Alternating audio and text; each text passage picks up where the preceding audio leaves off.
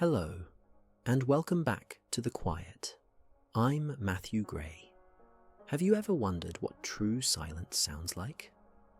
In our modern world, there is always a hum, a car in the distance, a computer fan, electricity in the walls.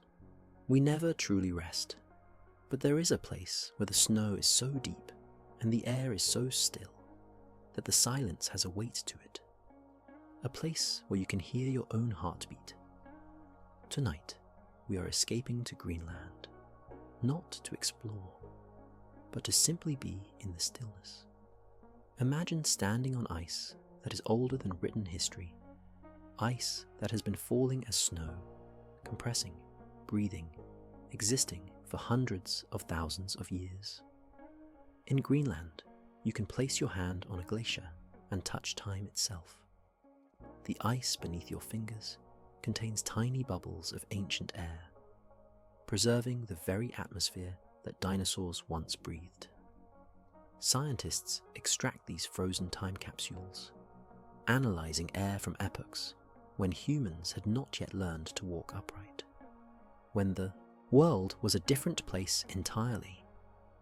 This is the harmony you will hear tonight, the creaking of glaciers, the whisper of eternal winter, the patient stillness of a land that moves in geologic time, not human time.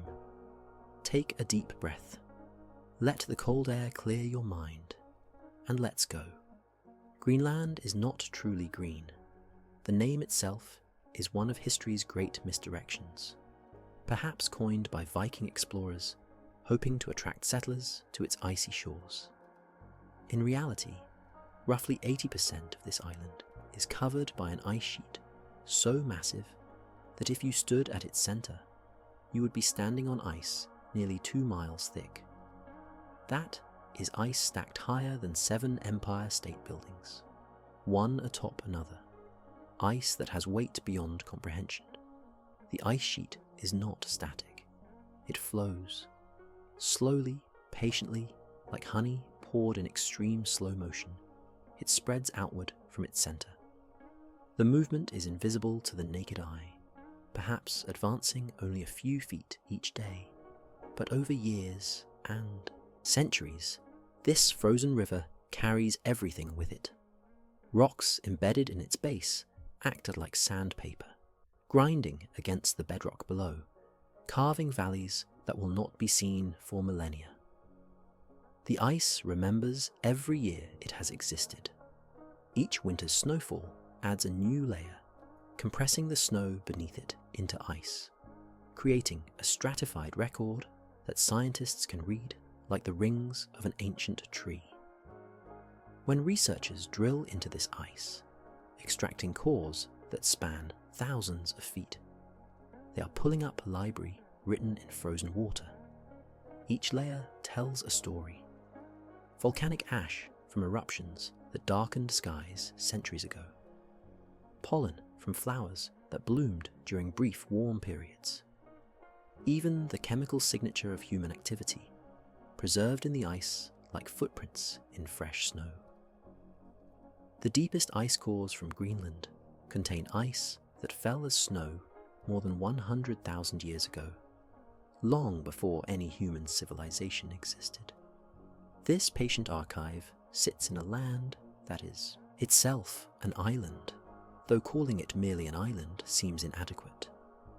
Greenland is the world's largest island, spanning over 836,000 square miles.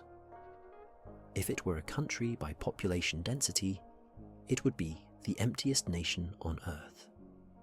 Fewer than 60,000 people live here, most clustered in small settlements along the western and southern coasts, where the ice retreats enough to reveal bare rock and thin soil. The settlements are painted in colours that seem impossibly bright against the white and grey landscape. Red houses, yellow houses, blue houses, lined up like children's toys against the snow. These colours are not decorative choices alone. In winter, when darkness lasts for months and snow blankets everything, these bright hues serve as landmarks, as psychological comfort, as small rebellions against the monochrome world outside. The tradition dates back centuries, when different colours indicated different functions. Red for commercial buildings, yellow for hospitals, blue for fish processing plants. But over time, the rules relaxed, and now the palette exists simply because brightness matters when the world around you is frozen in shades of white. The darkness of winter here is profound. In the northernmost settlements, the sun disappears below the horizon in late October and does not return until late February.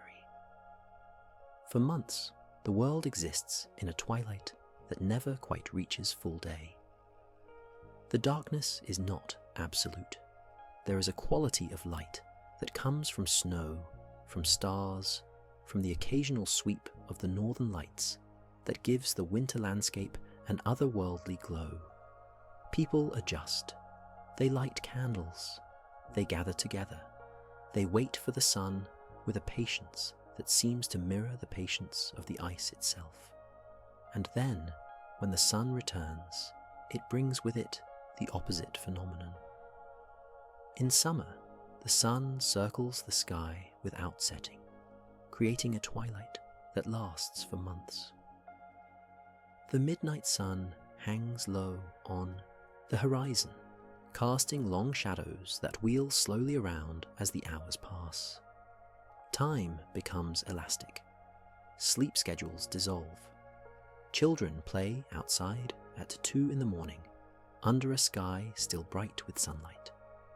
The body's internal clock, evolved over millions of years to follow the rhythm of day and night, finds itself adrift in continuous illumination. This endless daylight feeds a brief explosion of life. Along the southern coast, where the ice retreats enough to expose bare ground, flowers bloom in a rush of colour. Arctic poppies, purple saxifrage, cotton grass. They have perhaps 8 to 10 weeks to complete their entire life cycle. Germinate, grow, flower, produce seeds, and die before winter returns. The pace is frantic by Arctic standards, yet still slow enough that you could watch a flower open over the course of hours, its petals unfurling like small solar panels reaching toward the light. The ice sheet itself breathes with the seasons. In summer, meltwater streams across its surface, carving channels and forming pools of the most crystalline blue you can imagine. These pools, called moulins, can be deceptively deep. The water they contain is so pure, so free of sediment, that it appears almost luminescent. Scientists have measured some moulins to be more than 3,000 feet deep, vertical shafts boring down through the ice until the water reaches the bedrock below and begins its journey toward the sea. This water, when it reaches the ocean, carries with it tiny fragments of rock that the ice has ground down over centuries. These particles, suspended in the meltwater, give the ocean near Greenland's coast a distinctive milky appearance. The effect is most visible from above, where satellite images show plumes of pale water spreading out from glacier outlets like slowly dispersing clouds. The rock flower, as it is called, is so fine that it can remain suspended for weeks before finally settling to the ocean floor, where it will contribute to sediment, layers that future geologists might one day study to understand our current age. The glaciers themselves are monuments to time's passage. When a glacier reaches the ocean, it does not simply stop. The ice continues forward, pushed by the accumulated weight of ice behind it, until eventually a piece breaks free in a process called calving. The sound of a calving glacier is something that must be heard to be believed. First, a crack, then a groan that seems to come from the earth itself, then the roar of thousands of tons of ice collapsing into the sea, sending up waves and creating new icebergs that will drift for years before finally melting. Some of these icebergs are larger than buildings, larger than city blocks.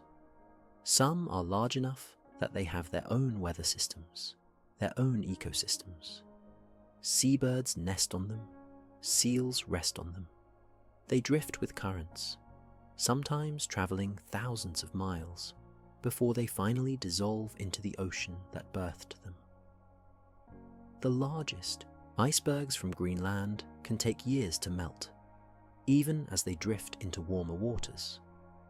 They are floating mountains, 90% of their mass hidden below the surface, moving with a patience that makes human concerns seem fleeting. The water around these icebergs is often startlingly clear. The ice has been compressed for so long that it contains almost no air bubbles, no impurities.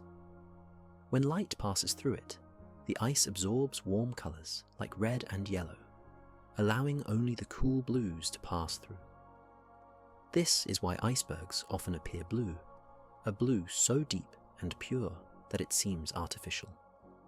But it is simply light, filtered through time, showing you a colour that has travelled through centuries to reach your eyes.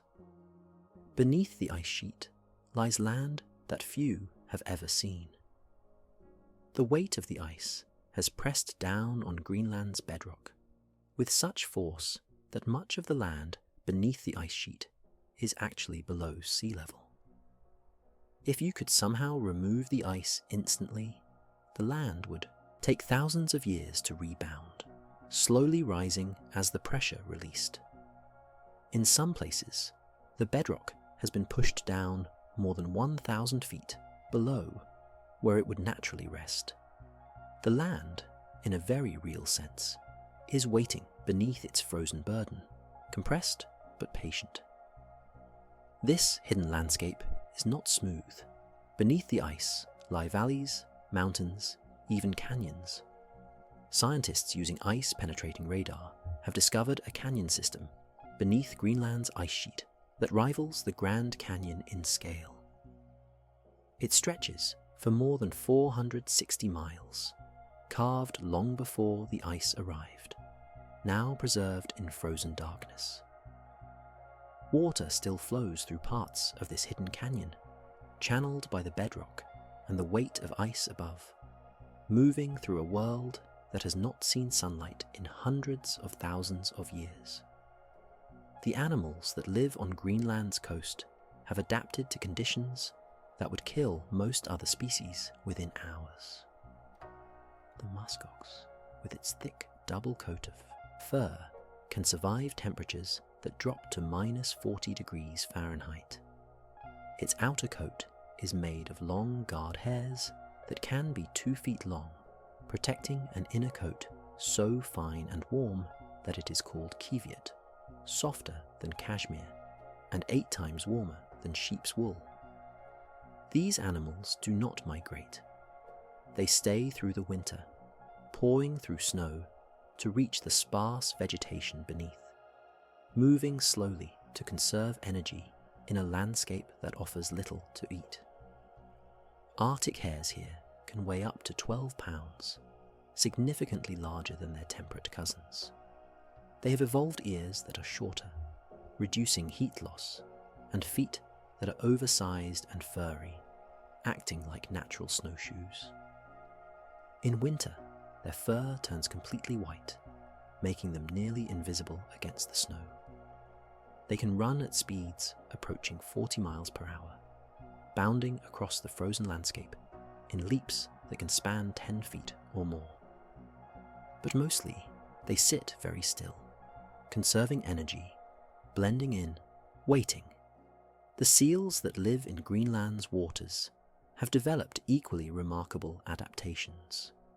Ringed seals, the smallest of the Arctic seals, maintain breathing holes in the ice throughout winter.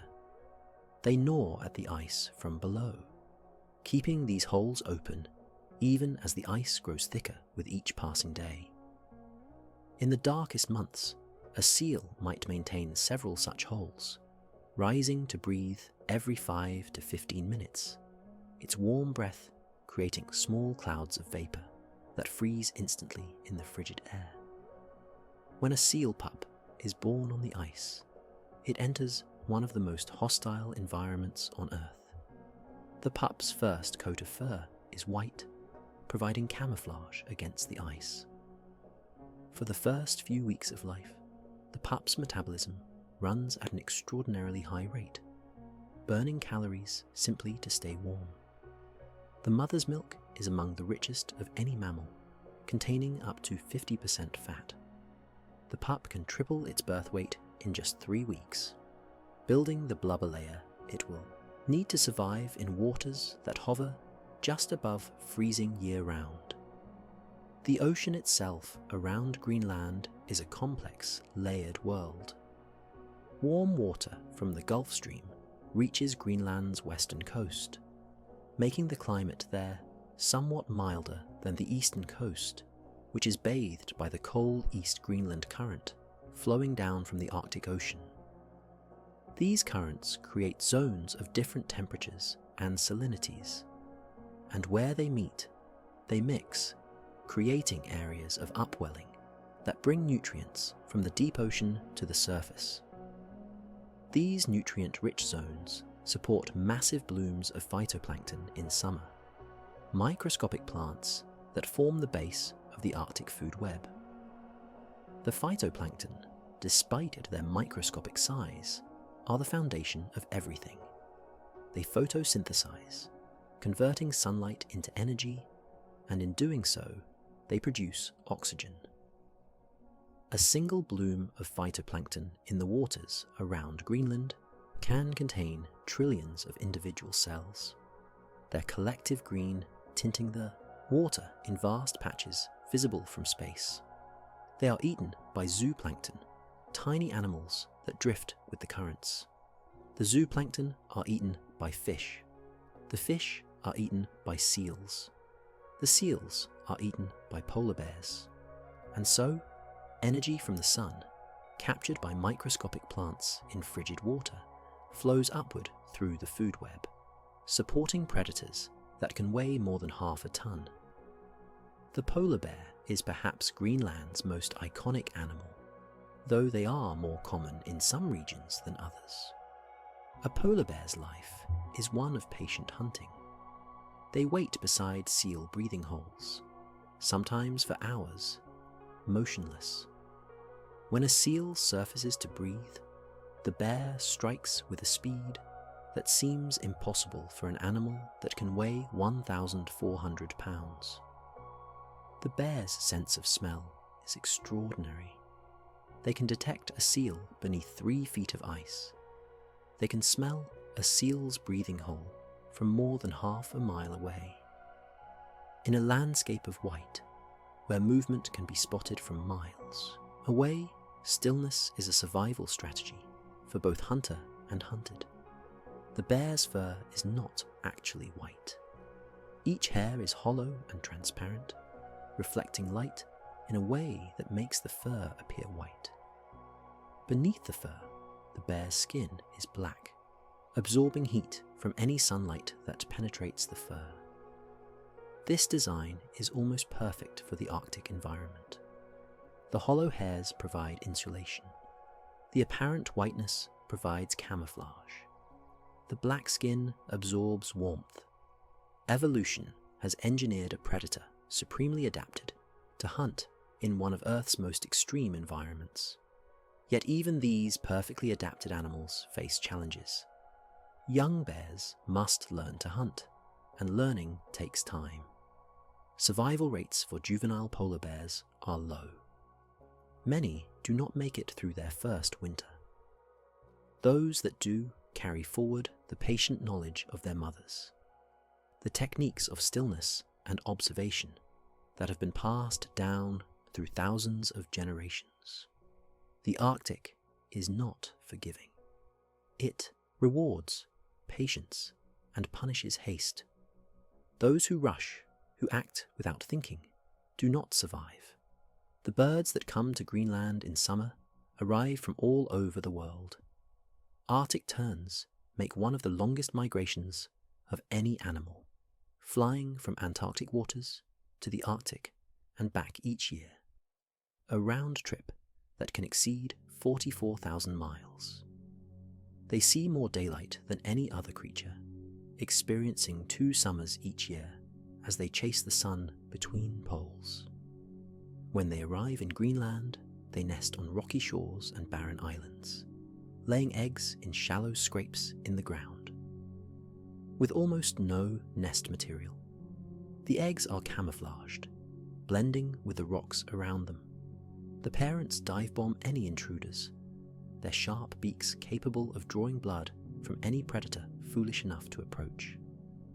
Kittiwakes, small seabirds with black-tipped wings and yellow bills, nest in massive colonies on cliff faces. Thousands of birds crowd together on narrow ledges, their nests built from mud and vegetation, plastered to the rock face with droppings and dried seaweed. The noise of a kittiwake colony is overwhelming.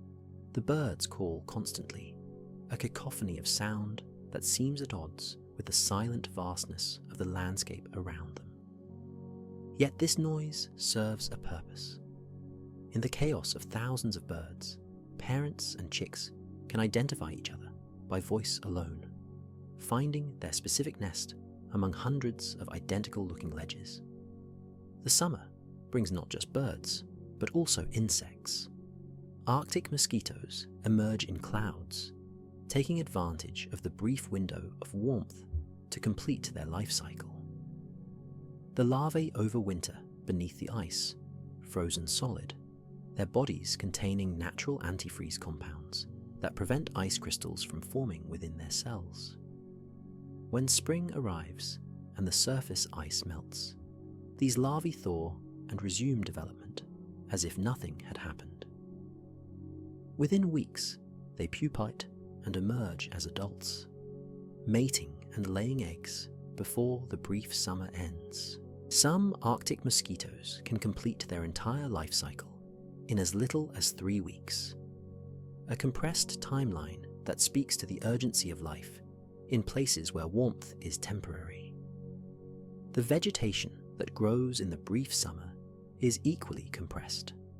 Mosses and lichens dominate, plants that can grow in conditions where soil is thin or non-existent.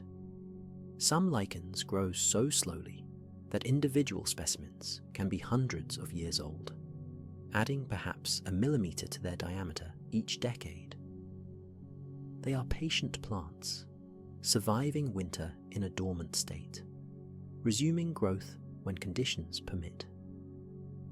The largest lichen formations in Greenland can be centuries old, having established themselves when Greenland was first settled by Norse explorers, still living and growing slowly as the world changed around them. The Norse settlements in Greenland are themselves a study in adaptation and failure. Vikings arrived in Greenland around 985, establishing farms along the southwestern coast during a period of relatively warm climate. They raised cattle and sheep, built churches and trading posts, and lived much as they had in Iceland and Scandinavia. For centuries, they persisted, though always at the edge of viability. Then, as the climate cooled during the Little Ice Age, conditions became untenable. By the mid-1500s, the settlements were abandoned. The Norse who had called Greenland home for 5 centuries simply vanished from the historical record, whether returning to Iceland, perishing from starvation and disease, or perhaps integrating with the Inuit people who had arrived from the west. The ruins of these settlements still stand, stone walls outlining what were once homes and barns, slowly being reclaimed by the tundra. Archaeologists excavating these sites have found the remains of cattle much smaller than their Icelandic ancestors, animals that had been malnourished for generations, their bones showing signs of mineral deficiencies and stress. The people themselves left behind evidence of increasingly desperate measures. Seal bones in their middens, replacing the cattle they could no longer sustain. Clothing made from fish skin when wool became too scarce. The archaeological record speaks of a people adapting as best they could to a changing climate, until adaptation was no longer enough. The Inuit people, by contrast, had adapted to Greenland over thousands of years, developing technologies and knowledge perfectly suited to Arctic survival. They hunted from kayaks, nimble one-person boats covered in sealskin, capable of moving silently through icy waters. They built winter homes, partly underground, insulated with sod and stone, with long entrance tunnels designed to trap warm air inside while keeping cold air out. They developed sophisticated toggling harpoons that would pivot sideways once they penetrated a seal's flesh, making it nearly impossible for the wounded animal to escape. Every tool, every technique was the product of generations of observation and refinement. The traditional knowledge held by Greenland's indigenous people contains information that science is only now beginning to appreciate. They knew which ice was safe to walk on and which would break. They could read the weather from the behavior of seabirds and the texture of clouds. They understood animal behavior with a depth that comes only from observation across lifetimes. This knowledge was not written down. It was taught through stories, through doing, through the patient transmission of survival skills from parent to child. In a landscape where a single mistake could be fatal, such knowledge was literally a matter of life and death. Today, Greenland sits at the intersection of ancient and modern. Snowmobiles have largely replaced dog sleds, though some hunters still prefer the traditional method for its silence and reliability. GPS has replaced traditional navigation techniques, though elders still teach the young to read. The landscape. Climate change is transforming the island at a pace unprecedented in human history. The ice sheet is losing mass, carving enormous icebergs at an accelerating rate. Summers are warmer, winters are shorter. The permafrost that has existed for thousands of years is beginning to thaw. Scientists come from around the world to study Greenland, recognizing it as a canary in the coal mine for global climate change. They drill ice cores. They measure glacier retreat. They deploy sensors and satellites, collecting data that will help predict what the future holds. The ice sheet contains enough water to raise global sea levels by more than 20 feet if it were to melt completely. That melting would take centuries, perhaps millennia, but it has begun. The process, once started, may prove difficult to stop. Yet for now, most of Greenland remains ice. The vast interior is still a frozen desert, receiving less precipitation annually than the Sahara Desert.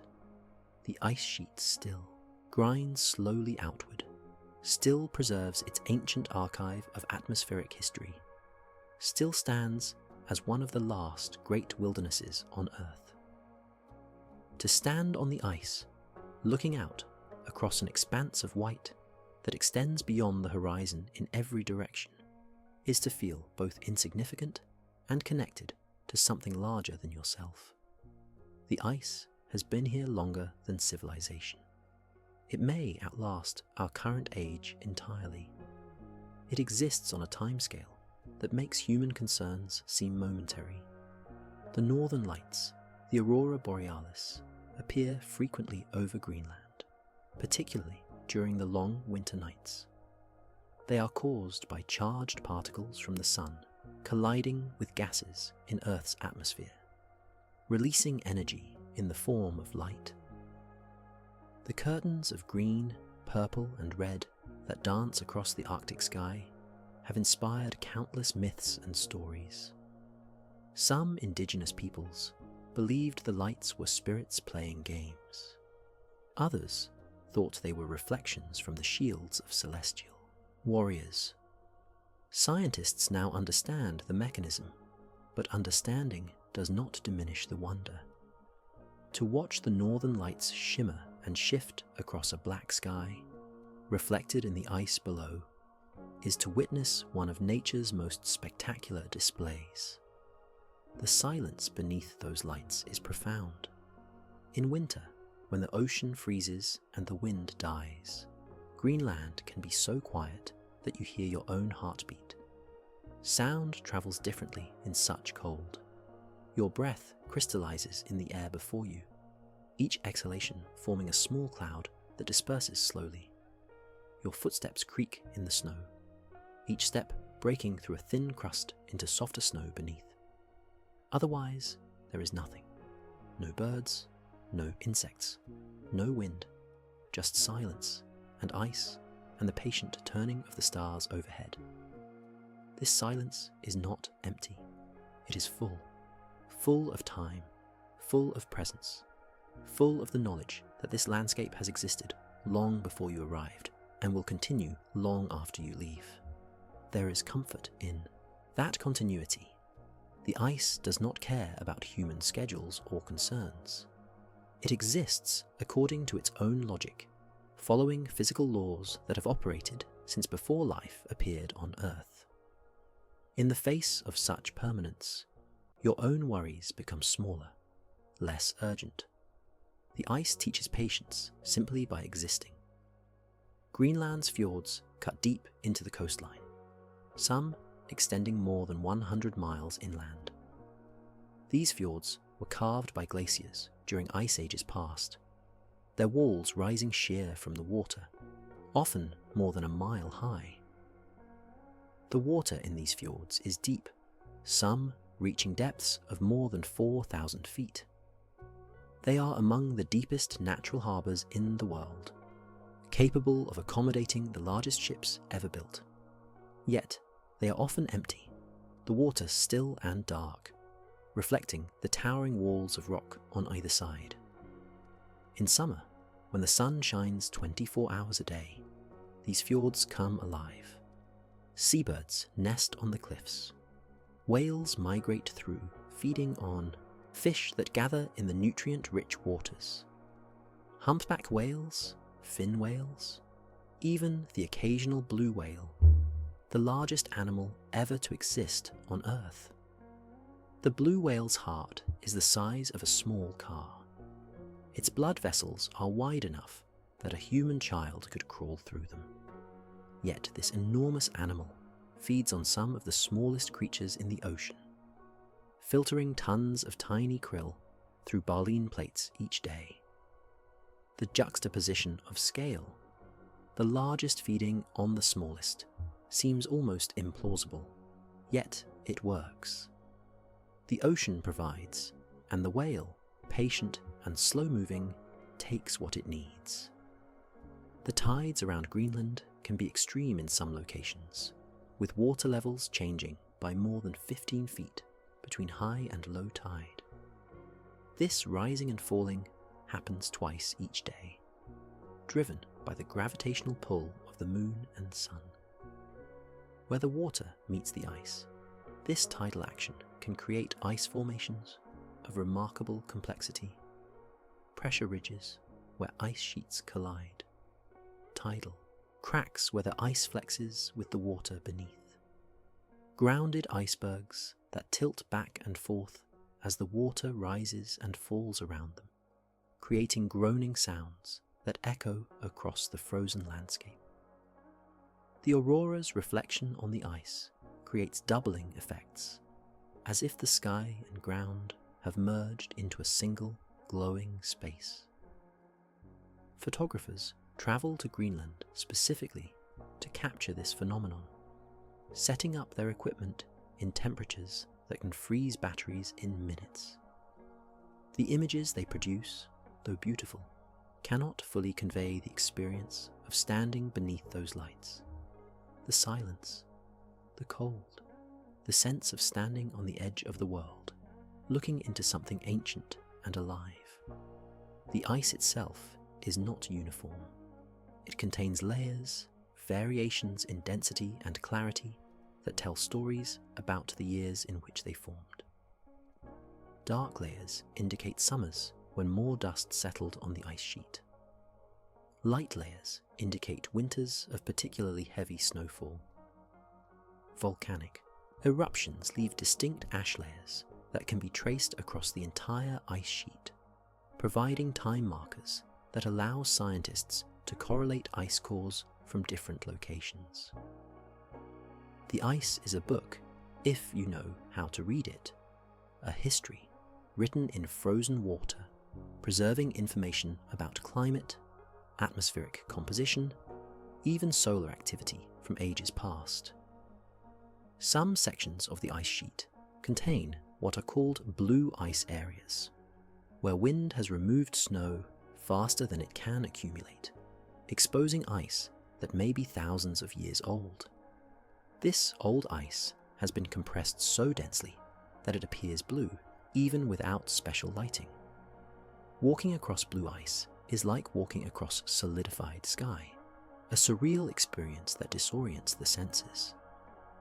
The blue seems to glow from within, as if lit from below, though the light is simply being filtered through layers of crystalline ice, each layer refracting the light slightly differently. The sound of a glacier moving, when you are close enough to hear it, is otherworldly. Deep groans and cracks that seem to emanate from the earth itself. These sounds are the ice adjusting to pressure, to temperature changes, to the slow, inexorable forces that govern its movement. Sometimes the sounds are sharp, like gunshots. Other times they are low and sustained, a bass note that you feel in your chest as much as here. The ice is never truly still. It is always moving, always adjusting, always responding to forces both immediate and ancient. As the ice meets the ocean and breaks away in icebergs, it creates habitats for creatures that depend on this transition zone. Certain species of algae grow on the underside of icebergs, creating underwater forests of microscopic plants. Small fish graze on these algae. Larger fish hunt the small fish. Seals hunt the larger fish. The iceberg becomes a mobile ecosystem, supporting life as it drifts slowly toward its eventual dissolution. The meltwater that flows from beneath glaciers is often tinged with minerals, giving it distinctive colors. Iron-rich water flows red. Copper-bearing streams run blue-green. These mineral-laden waters carry nutrients to the ocean, fertilizing coastal areas and supporting blooms of life that sustain the entire food web. The glacier, in melting, feeds the ocean. The ocean, in turn, influences the climate that creates the snow that falls on Greenland, completing a cycle that has operated for millions of years. The midnight sun in summer creates conditions where biological processes accelerate. Plants that would normally take years to grow complete their life cycle in weeks. Animals that would normally spread breeding over months compress it into a frantic few weeks. The entire ecosystem runs at an accelerated pace, trying to accomplish in 3 months what temperate ecosystems accomplish in 12. Then, as the sun begins to set again, as the days grow shorter and the temperature drops, everything slows.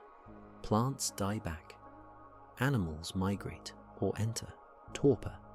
The land prepares for winter, for darkness, for the return of silence and cold. The transition from summer to winter and winter to summer happens quickly at these latitudes. There is little spring or fall as temperate regions know them.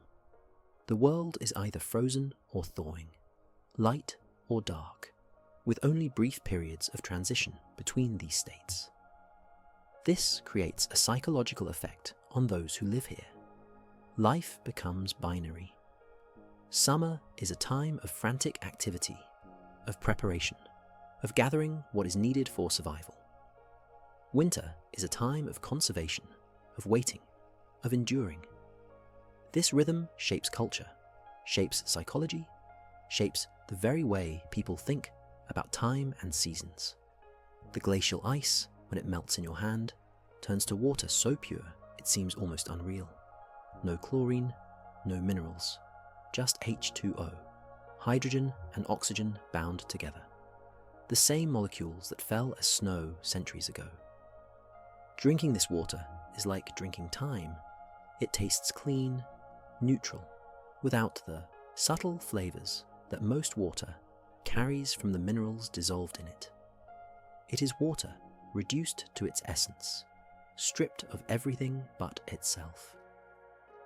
Greenland's position in the North Atlantic makes it a crucial piece of global ocean circulation. Meltwater from the ice sheet flows into the ocean, affecting salinity and temperature in ways that influence currents stretching all the way to the equator. The Gulf Stream, which brings warm water from the Caribbean to northern Europe, is influenced by conditions around Greenland. Scientists studying climate change pay close attention to Greenland's ice sheet because changes here can trigger changes across the entire planet. The ice sheet is not isolated. It is connected to global systems in ways both obvious and subtle. The permafrost beneath parts of Greenland contains frozen organic matter that is not decomposed because it has been frozen for thousands of years. As the climate warms and this permafrost begins to thaw, microorganisms wake from their frozen sleep and begin breaking down the organic matter, releasing carbon dioxide and methane into the atmosphere. This creates a feedback loop. Warming causes thawing. Thawing releases greenhouse gases. Greenhouse gases cause more warming. The system reinforces itself, accelerating change in ways that are difficult to predict or control. Yet, despite these changes, despite the accelerating transformations, Greenland remains a place of overwhelming natural beauty. The ice still dominates. The silence still holds weight. The landscape still operates on timescales that dwarf human lifespans. To visit Greenland is to step outside normal time, to enter a place where the immediate concerns of daily life fade against the backdrop of ice and ocean and sky. The experience of seeing a glacier calve, of watching thousands of tons of ice crash into the sea, creating waves and new icebergs, is something that stays with you. The sound reaches you seconds after you see the ice fall, a tord, reminder that light travels faster than sound, that even simple observations contain lessons about the nature of reality. The waves created by the falling ice radiate outward in perfect circles, geometric patterns spreading across the water's surface until they finally reach the shore and dissipate. Standing on the deck of a boat in a Greenlandic fjord, surrounded by icebergs and towering cliffs, under a sky that might be bright with sun or shimmering with aurora, you feel small.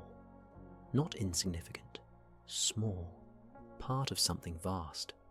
The ice is older than you. The rocks are older than your species. The processes that carved this landscape operated for millions of years before humans existed. You are a visitor in deep time, witnessing something ancient and ongoing. The Inuit people have dozens of words for different types of snow and ice. Each term describes specific conditions, specific states. There is snow that is good for building, snow that is good for drinking, ice that is safe to walk on, ice that will break under your weight. This linguistic precision reflects the importance of understanding the frozen world in all its subtle variations.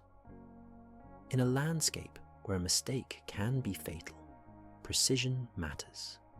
The language encodes survival knowledge accumulated over millennia. The sun's behavior at these latitudes creates optical effects rarely seen elsewhere. Sundogs, bright spots in the sky on either side of the sun, caused by light refracting through ice crystals in the atmosphere. Halos circling the sun, pillars of light extending upward from the horizon. These phenomena occur when conditions are just right, when ice crystals in the air align in particular ways, bending light into patterns that seem almost supernatural. Ancient peoples seeing these effects must have thought them divine signs. Even knowing the science behind them does not diminish their beauty. The rocks exposed along Greenland's coast contain some of the oldest minerals on Earth, zircon crystals, that formed more than 3,800 million years ago, making them older than most of Earth's crust. These tiny crystals have survived through epochs of mountain building and erosion, through ice ages and warm periods, through the rise and fall of countless species.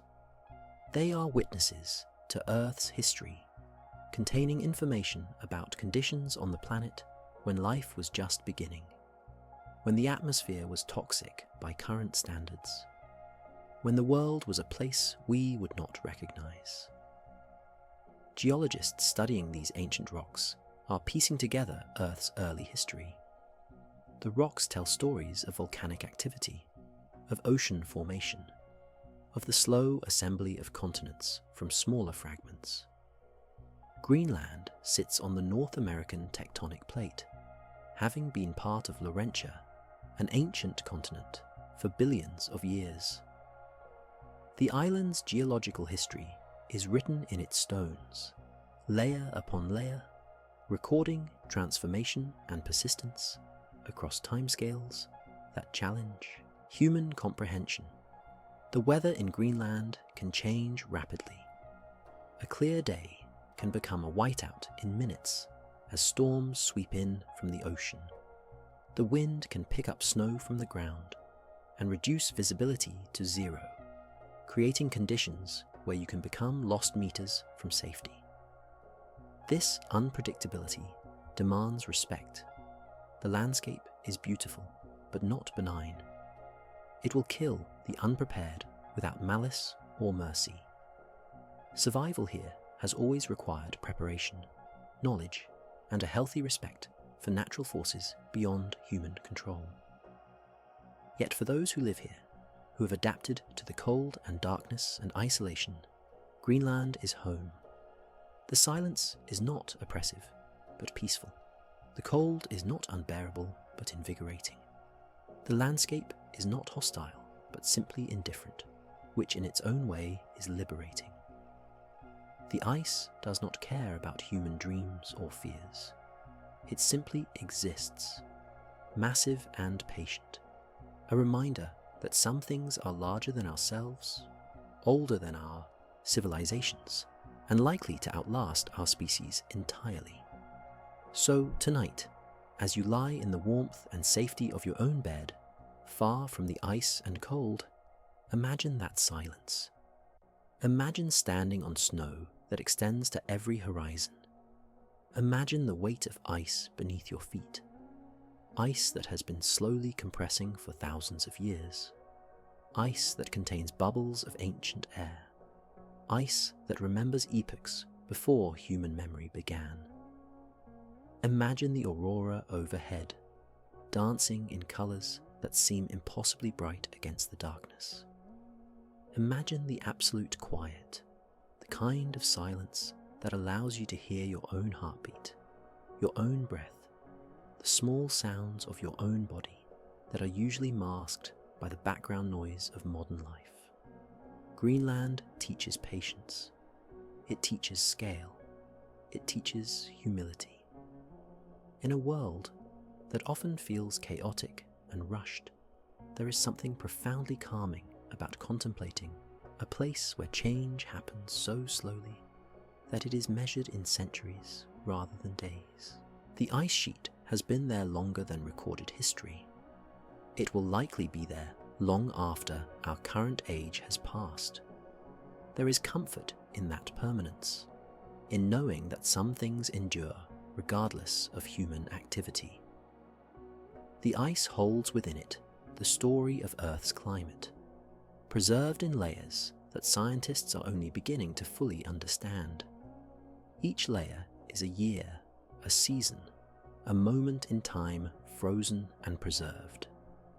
The archive extends back through ice ages and warm periods, through eras when sea levels were higher and others when they were lower, through times when the atmosphere had different chemistry than today. The ice remembers when we cannot.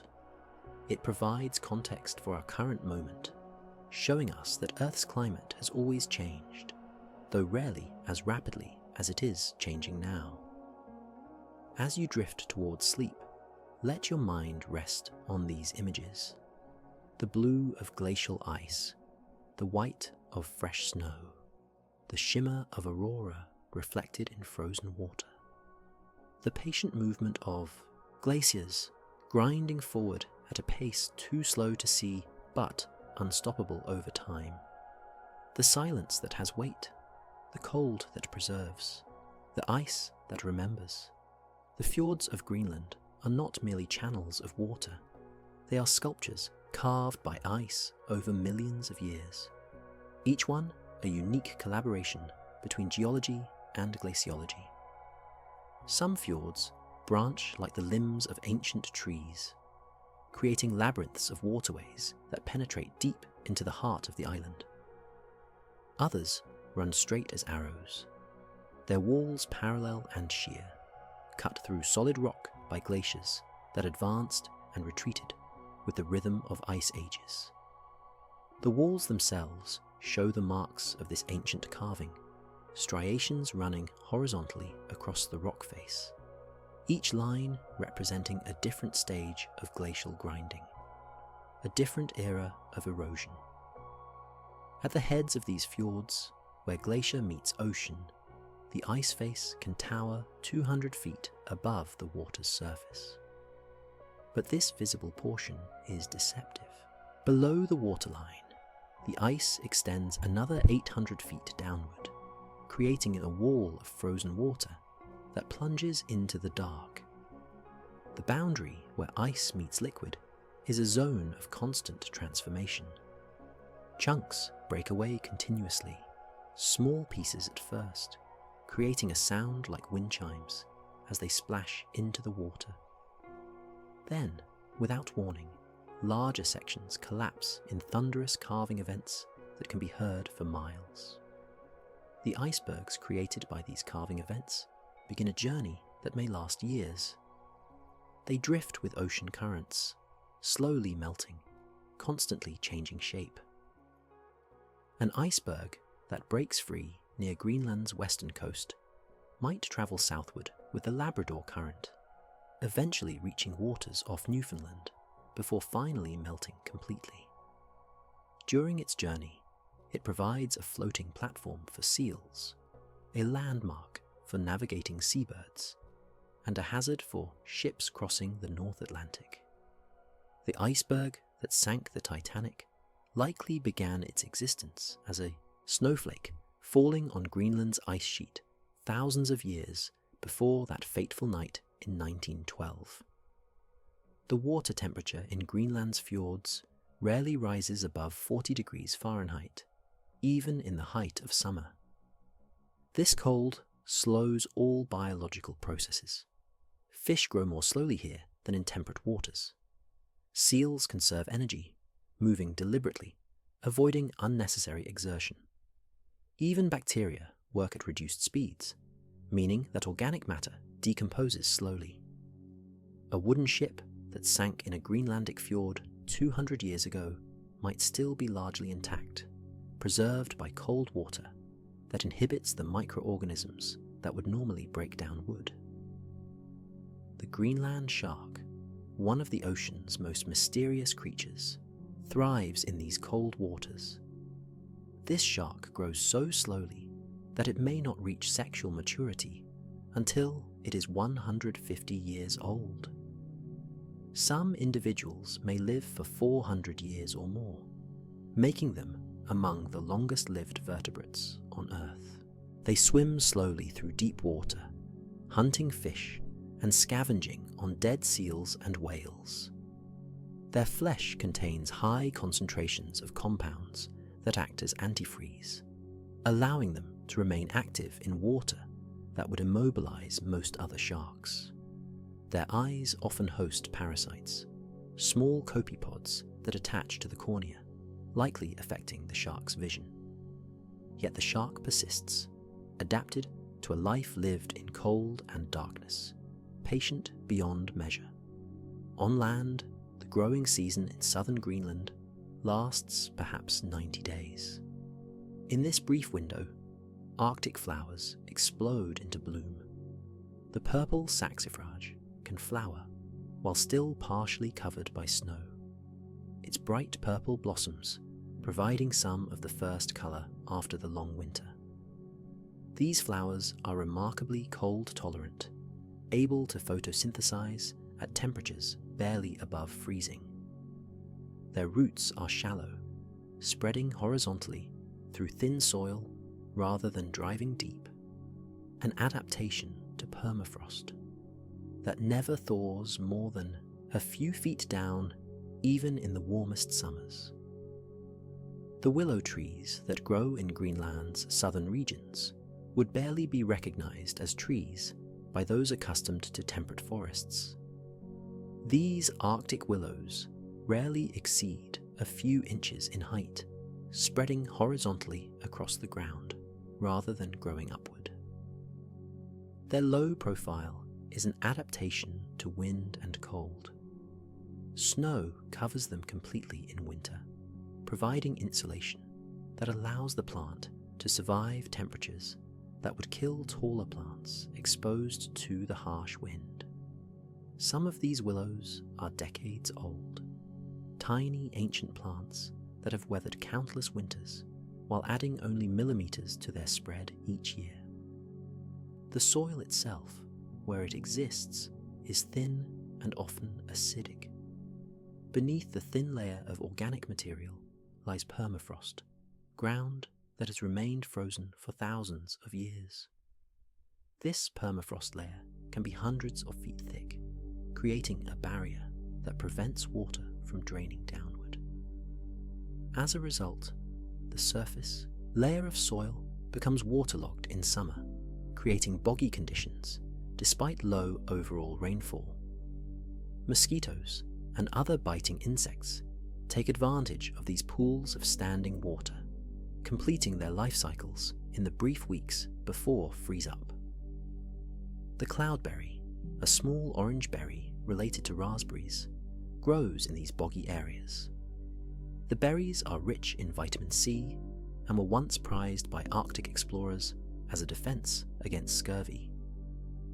Indigenous peoples have harvested cloudberries for centuries, preserving them in seal oil for consumption during the long winter months. The plants themselves are perennial, surviving winter underground and sending up new growth each spring.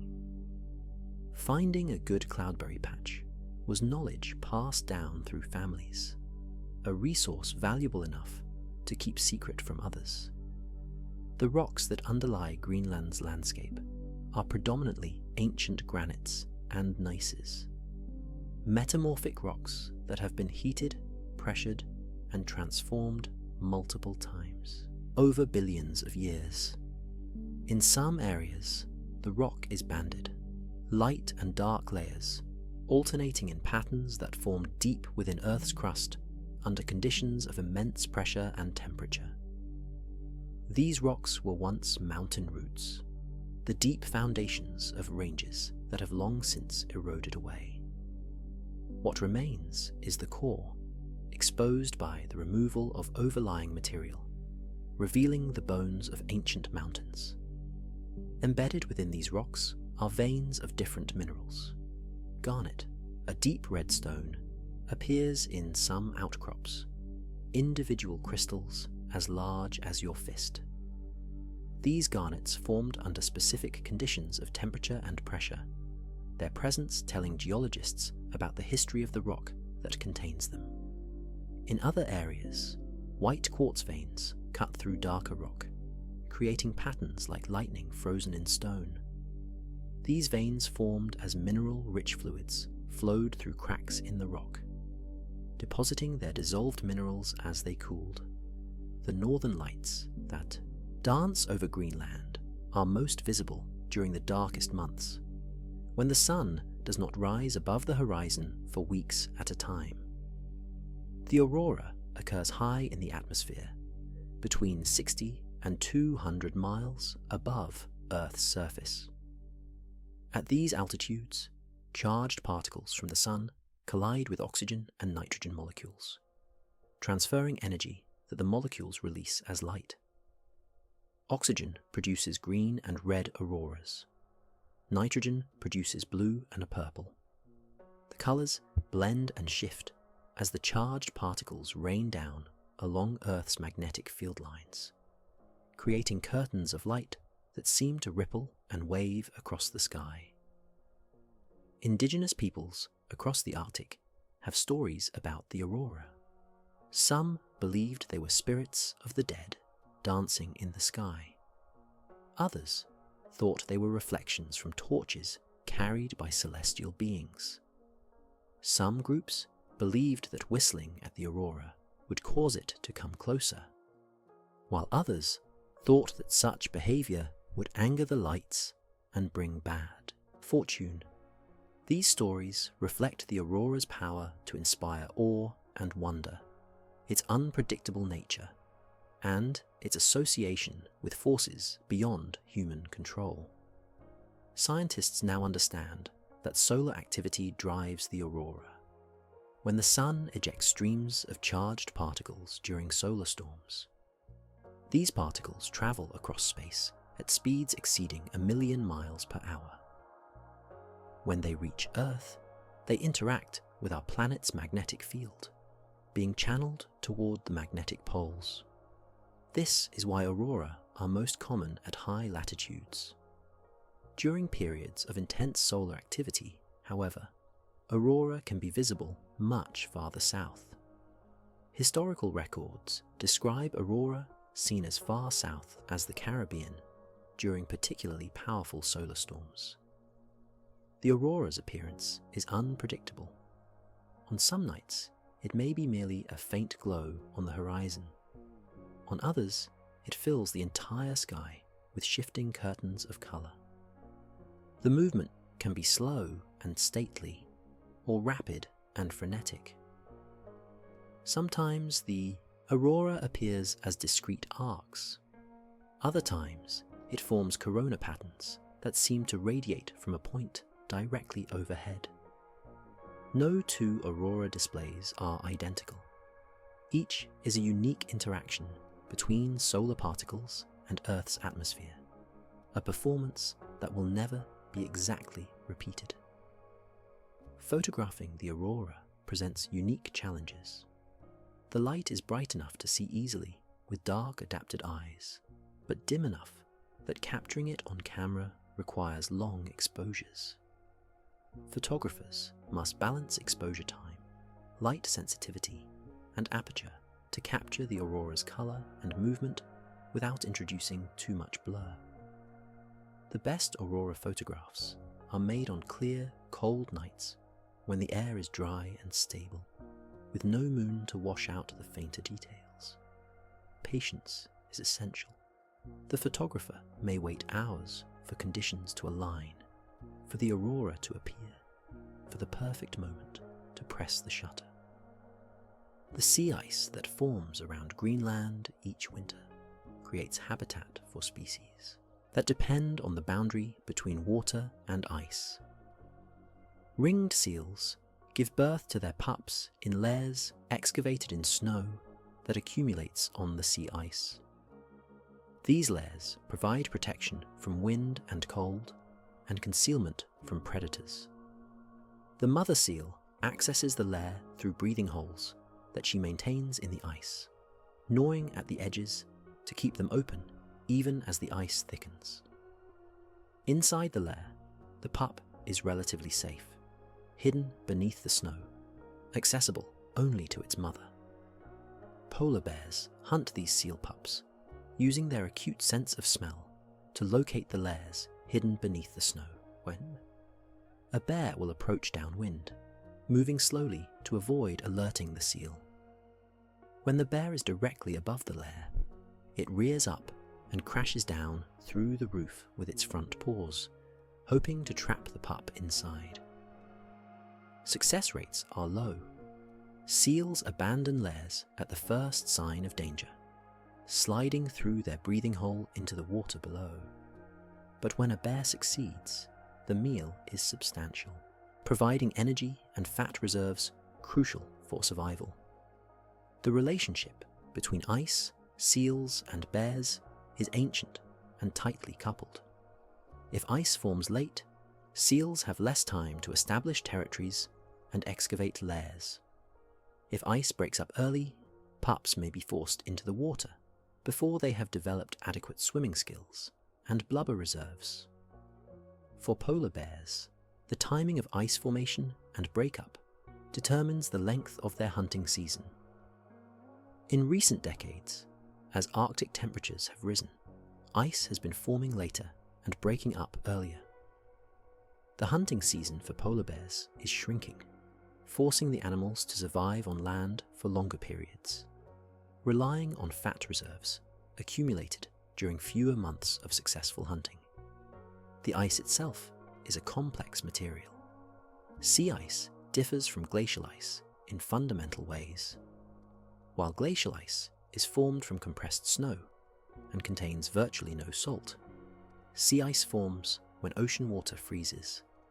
As water transitions from liquid to solid, salt is largely excluded from the crystalline structure, concentrating in brine channels that remain liquid even as the surrounding water freezes.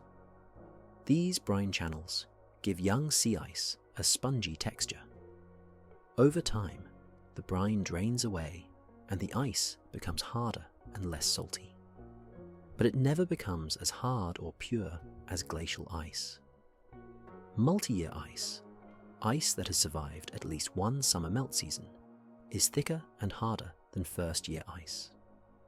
It has undergone cycles of melting and refreezing, each cycle making it denser and more stable.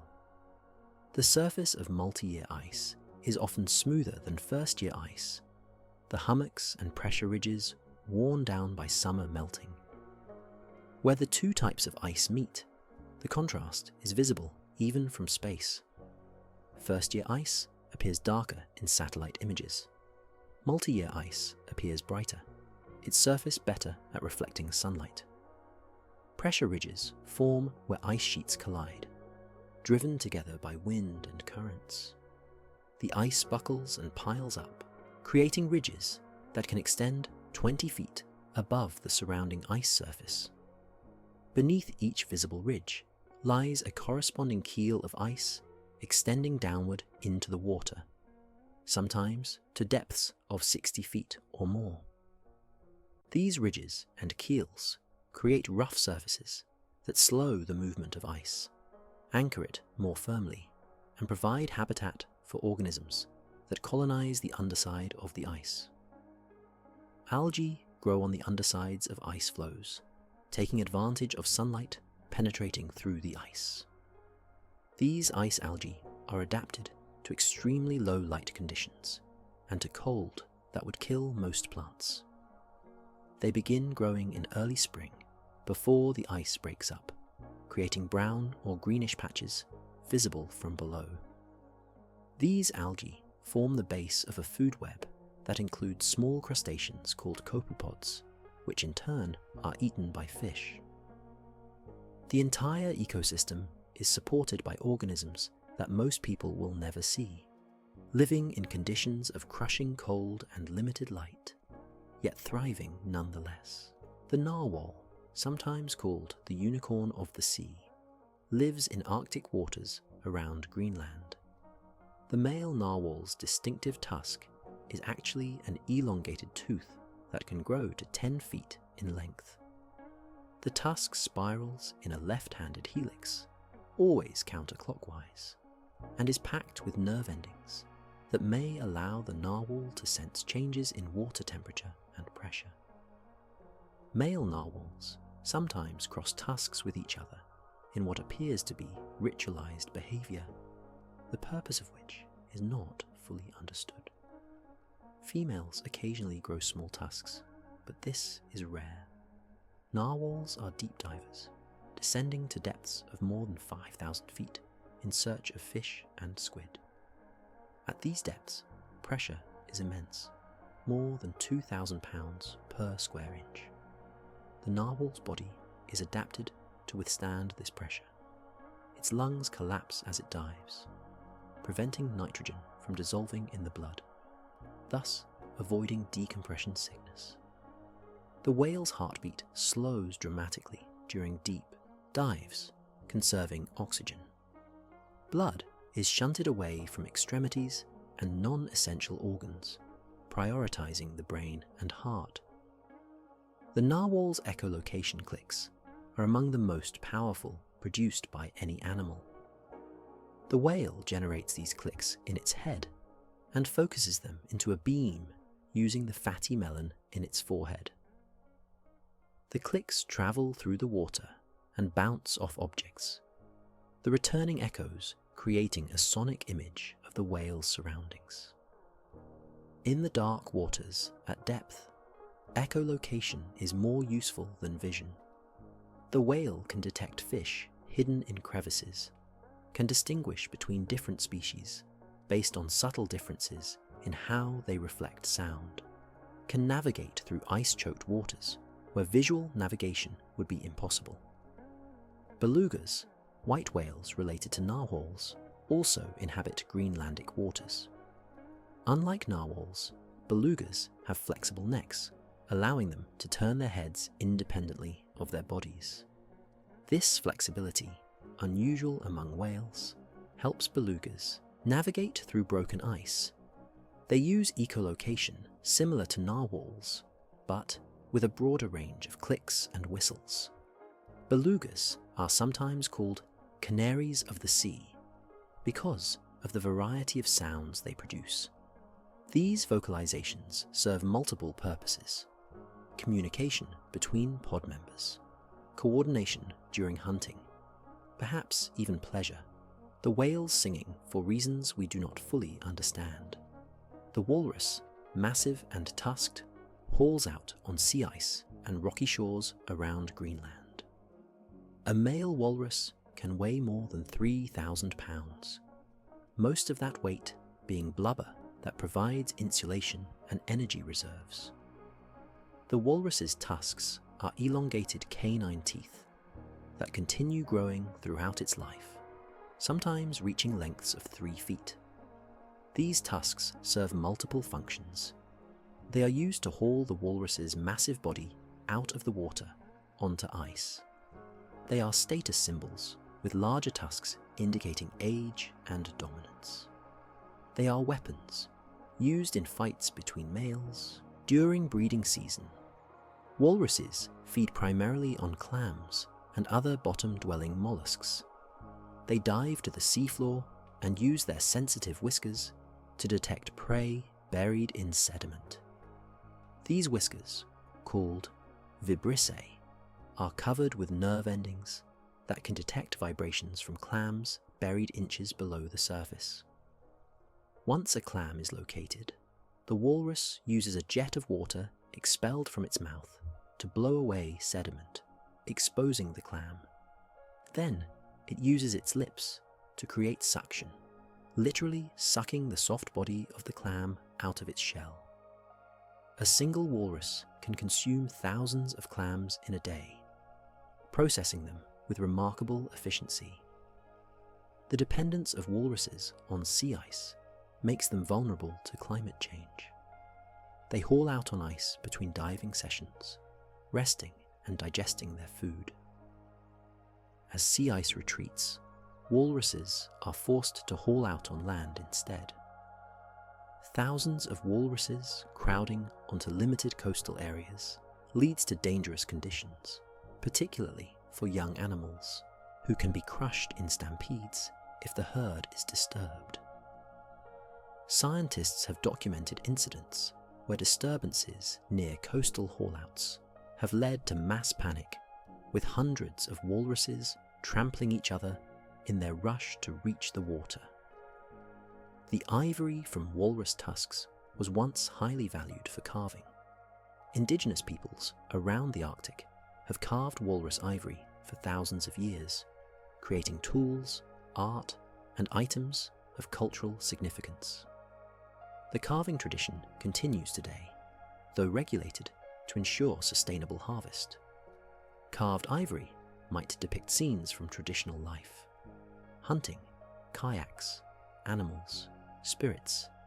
Each piece is unique, the grain and colour of the ivory influencing the final form, the artist working with the material rather than imposing a vision upon it. The islands scattered around Greenland's coast provide nesting habitat for millions of seabirds. Thick-billed muries nest in dense colonies on cliff faces, sometimes thousands of birds packed into a single cliff. These murres lay their eggs directly on bare rock with no nest material whatsoever. The eggs are distinctly pear-shaped, which causes them to roll in a tight circle if disturbed, rather than rolling off the cliff.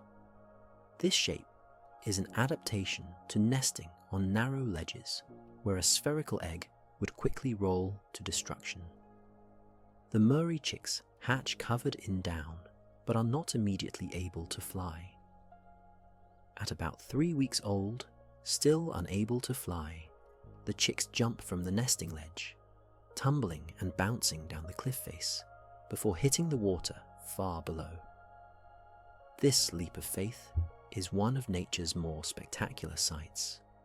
The chicks, still half the size of adults, plummet hundreds of feet, their wings too small and weak to provide anything more than token resistance to gravity.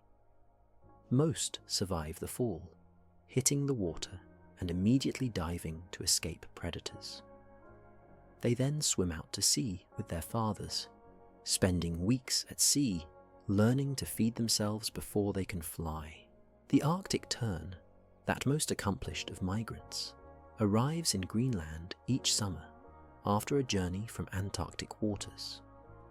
Some of these terns have tracking devices attached by researchers, and the data they provide is remarkable. Individual terns have been recorded, making round trips exceeding 55,000 miles in a single year. They fly around storms rather than through them, following favourable winds, crossing entire oceans with brief stops on remote islands. They have been tracked, making transoceanic flights, lasting multiple days without touching land or water, sustained by fat reserves accumulated before departure. The navigation abilities of Arctic terns, like those of many migratory birds, remain partially mysterious. They use the sun and stars for orientation. They sense Earth's magnetic field, detecting variations that provide positional information. They may use infrasound, low-frequency sounds produced by ocean waves, as a navigational aid. They almost certainly learn routes from older birds during their first migration, memorizing landmarks and sequences of landmarks that guide future journeys. The combination of innate ability and learned behavior allows these birds to cross hemispheres with precision that rivals technological navigation systems. The snow bunting, a small songbird, breeds farther north than any other songbird, nesting in rocky crevices and abandoned buildings throughout Greenland. Males arrive at breeding territories before females, sometimes while snow still covers the ground. They sing from prominent perches, advertising their territories and attracting mates. The song is cheerful and melodious, seeming at odds with the harsh landscape. Yet the bird persists, raising clutches of chicks in conditions that would challenge birds many times its size. Snow buntings feed primarily on seeds and insects. In winter, when insects are absent, the birds subsist almost entirely on seeds gleaned from the previous summer's vegetation. They form large flocks, sometimes hundreds of birds strong, moving across the landscape in search of food. The flocks have a rolling motion, birds at the back, leaping over those in front to reach new foraging areas. The entire flock advancing like a wave across the snow. The gyrfalcon, largest of all falcons, is a year-round resident in Greenland. These powerful predators hunt ptarmigan and seabirds, using speed and surprise to capture prey. A gyrfalcon can dive at speeds exceeding 100 miles per hour, striking prey in midair with its talons, or forcing it to the ground where it can be dispatched. The falcon's eyesight is extraordinarily acute, capable of spotting a ptarmigan against white snow from more than a mile away. Gyrfalcons nest on cliff ledges, usually reusing the same sites year after year. The nests accumulate over time. Decades of droppings and prey remains building up beneath the nesting ledge, creating whitewashed streaks visible from a distance. The falcons are fiercely protective of their nests, diving at any intruders, whether ravens, eagles, or humans. Their aggressive defense is usually sufficient to drive away threats, preserving their eggs and chicks through the vulnerable weeks between hatching and fledging. The ptarmigan, primary prey for gyrfalcons, undergoes remarkable seasonal changes. In summer, the ptarmigan's plumage is brown and mottled, providing camouflage against bare rock and tundra vegetation. In autumn, the birds molt, replacing brown feathers with white ones. By winter, the ptarmigan is entirely white, except for black tail feathers, virtually invisible against snow. This camouflage is essential.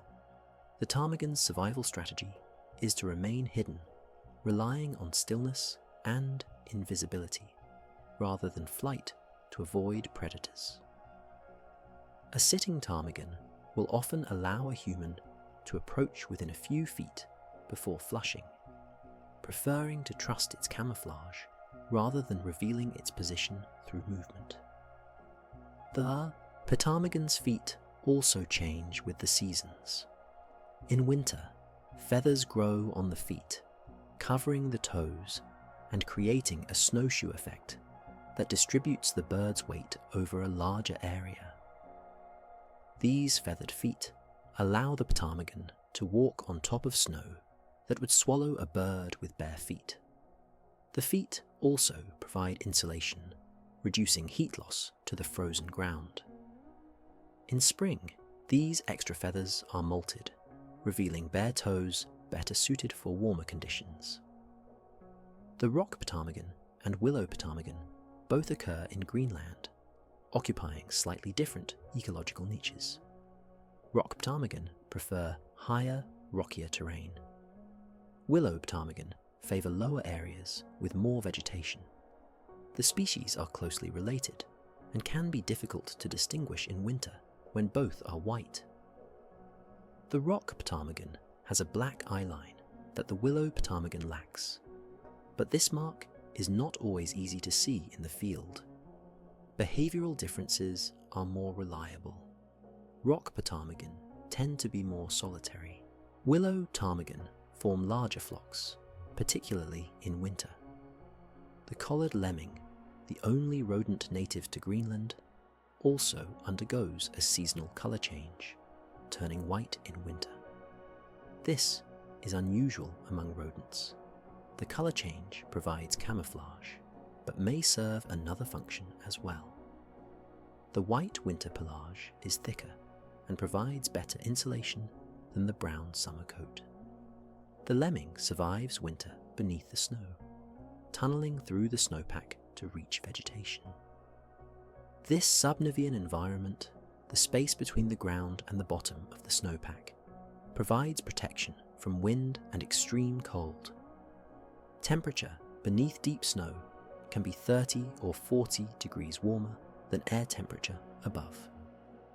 Lemmings reproduce rapidly when conditions are favourable, females capable of having multiple litters in a single summer. When population densities become very high, lemmings become more visible as they spread out searching for food and territory. This increased visibility leads to increased predation, and lemming populations can crash dramatically. These boom and bust cycles have been studied extensively. The cycles affect predators that depend on lemmings as primary prey. In years of high lemming abundance, predators like Arctic foxes and snowy owls raise large families. In crash years, these same predators may fail to breed at all, or even starve. The Arctic fox is Greenland's only native land predator. Smaller than a red fox, weighing perhaps 10 pounds, the Arctic fox is supremely adapted to cold. Its fur is the warmest of any mammal, providing insulation sufficient to keep the fox comfortable at temperatures below -90 degrees Fahrenheit. Like many Arctic animals, the fox has small ears and a short muzzle, reducing surface area and minimizing heat loss. Its feet are covered with dense fur, providing both insulation and traction on ice. Arctic foxes cache food during summer, storing excess eggs, dead birds, and lemmings in small depressions or rock crevices. These caches serve as insurance against lean times. The frozen food remains edible for months, preserved by cold that prevents decomposition. In winter, when hunting is difficult, a fox might rely heavily on these cached resources. The fox's memory for cache locations is impressive. Researchers have documented foxes returning to caches months after creating them, apparently remembering the exact location despite snow cover that obscures all surface features. Arctic foxes are opportunistic scavengers as well as predators. They follow polar bears, feeding on scraps from seal kills. They patrol beaches for carrion washed ashore. They dig through snow to reach bird carcasses preserved since the previous autumn. This behavioral flexibility is crucial for survival in an environment where no single food source is reliably available year-round. The fox that can adapt, that can switch between hunting and scavenging, between different prey types, is the fox that survives to reproduce. The muskox, despite its name and appearance, is more closely related to sheep than to cattle. These massive animals, which can weigh up to 900 pounds, are covered in dense fur that hangs almost to the ground. This fur, called quietest, is extraordinarily warm and soft. A single muskox produces about 6 pounds of quietest each year, shed during spring molt. Indigenous peoples have traditionally collected this shed fur to spin into yarn, creating garments of exceptional warmth and softness. Muskoxen are social animals, living in herds that can number from a few individuals to several dozen. When threatened, the herd forms a defensive circle, adults facing outward with their curved horns presented toward the threat, young animals protected in the center. This defense is effective against wolves, the muskox's traditional predator. against human hunters with rifles, the strategy is less effective. The tendency to stand and fight rather than flee made musk oxen vulnerable to overhunting in past centuries. By the early 1900s, musk oxen had been extirpated from much of their range. They have since been reintroduced to some areas, including parts of Greenland, where small populations now exist. The relationship between the land and the ocean in Greenland is intimate and complex. Nutrients from the land, eroded by glaciers and carried by rivers, fertilize coastal waters. Marine nutrients, carried inland by seabirds in the form of guano, enrich coastal soils. Energy flows in both directions. Seabirds nesting on cliffs import energy from the ocean in the form of fish. Their droppings, rich in nitrogen and phosphorus, create patches of lush vegetation beneath nesting colonies. These patches stand out against the surrounding tundra, visible from a distance as areas of intense green. The guano from seabird colonies has another effect. It acidifies the soil, creating conditions that favor certain plant species. Researchers can identify historical nesting sites, abandoned centuries or even millennia ago, by analyzing soil chemistry and vegetation patterns. The chemical signature of guano persists long after the birds have departed, a ghost of ecological connection written in the soil. Time in Greenland operates differently than in temperate regions. The rapid cycles of day and night, the quick transitions between seasons, are absent or attenuated. Instead, change happens slowly and then all at once. Ice accumulates for 9 months. Then, in 3 months of summer, much of it melts. Vegetation lies dormant for the vast majority of the year. Then, in a few weeks, it grows, flowers, and sets seed. Animals migrate in or out, their presence marking seasons more reliably than calendar dates. This compressed schedule creates intensity. When flowers bloom, they all bloom together. When birds nest, the cliffs are covered with them. When ice breaks up, it does so rapidly, transforming landscapes in days. The concentration of life and activity into brief windows is one of the Arctic's defining characteristics. Those who live here learn to work with these rhythms, preparing during times of abundance for the inevitable periods of scarcity. The midnight sun of summer allows continuous activity. Hunting, fishing, gathering can continue around the clock. Traditional peoples took advantage of this, sleeping in brief intervals rather than consolidated nighttime rest. The concept of night becomes meaningless when the sun never sets. Time is measured instead by tasks completed, by fullness of storage caches, by readiness for winter's approach.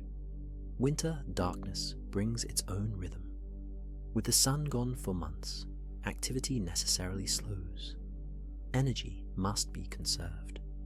Stored food is rationed. Social activities replace productive labor. Stories are told. Skills are taught. The dark months are a time for consolidation, for strengthening social bonds that will be tested when spring arrives and the urgent work of summer begins again. The traditional knowledge systems that evolved in Greenland represent thousands of years of accumulated observation. How to read weather from cloud formations, which ice is safe and which will break, when to hunt which species, where to find specific resources. All of this knowledge was preserved orally, passed from generation to generation through demonstration and story. The loss of this knowledge, as younger generations adopt modern lifestyles, represents the disappearance of information that cannot be recovered from any other source.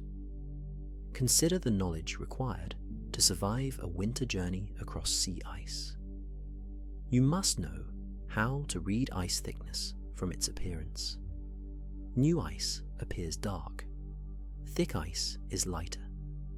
You must know that pressure ridges, while obstacles, can provide shelter from wind. You must know how to build a temporary shelter from blocks of snow, creating a dome that traps warm air while allowing ventilation to prevent carbon dioxide buildup. You must know how to find your way when fog obscures landmarks, using wind direction, wave patterns frozen into the ice, and the behavior of wildlife as navigational clues. These skills are not academic. In conditions where temperature can drop to -50 degrees, Fahrenheit and wind can create whiteout conditions in minutes. Knowledge literally determines who survives and who does not. The old stories of travellers caught in storms, of hunters who failed to return, serve as warnings and teaching tools.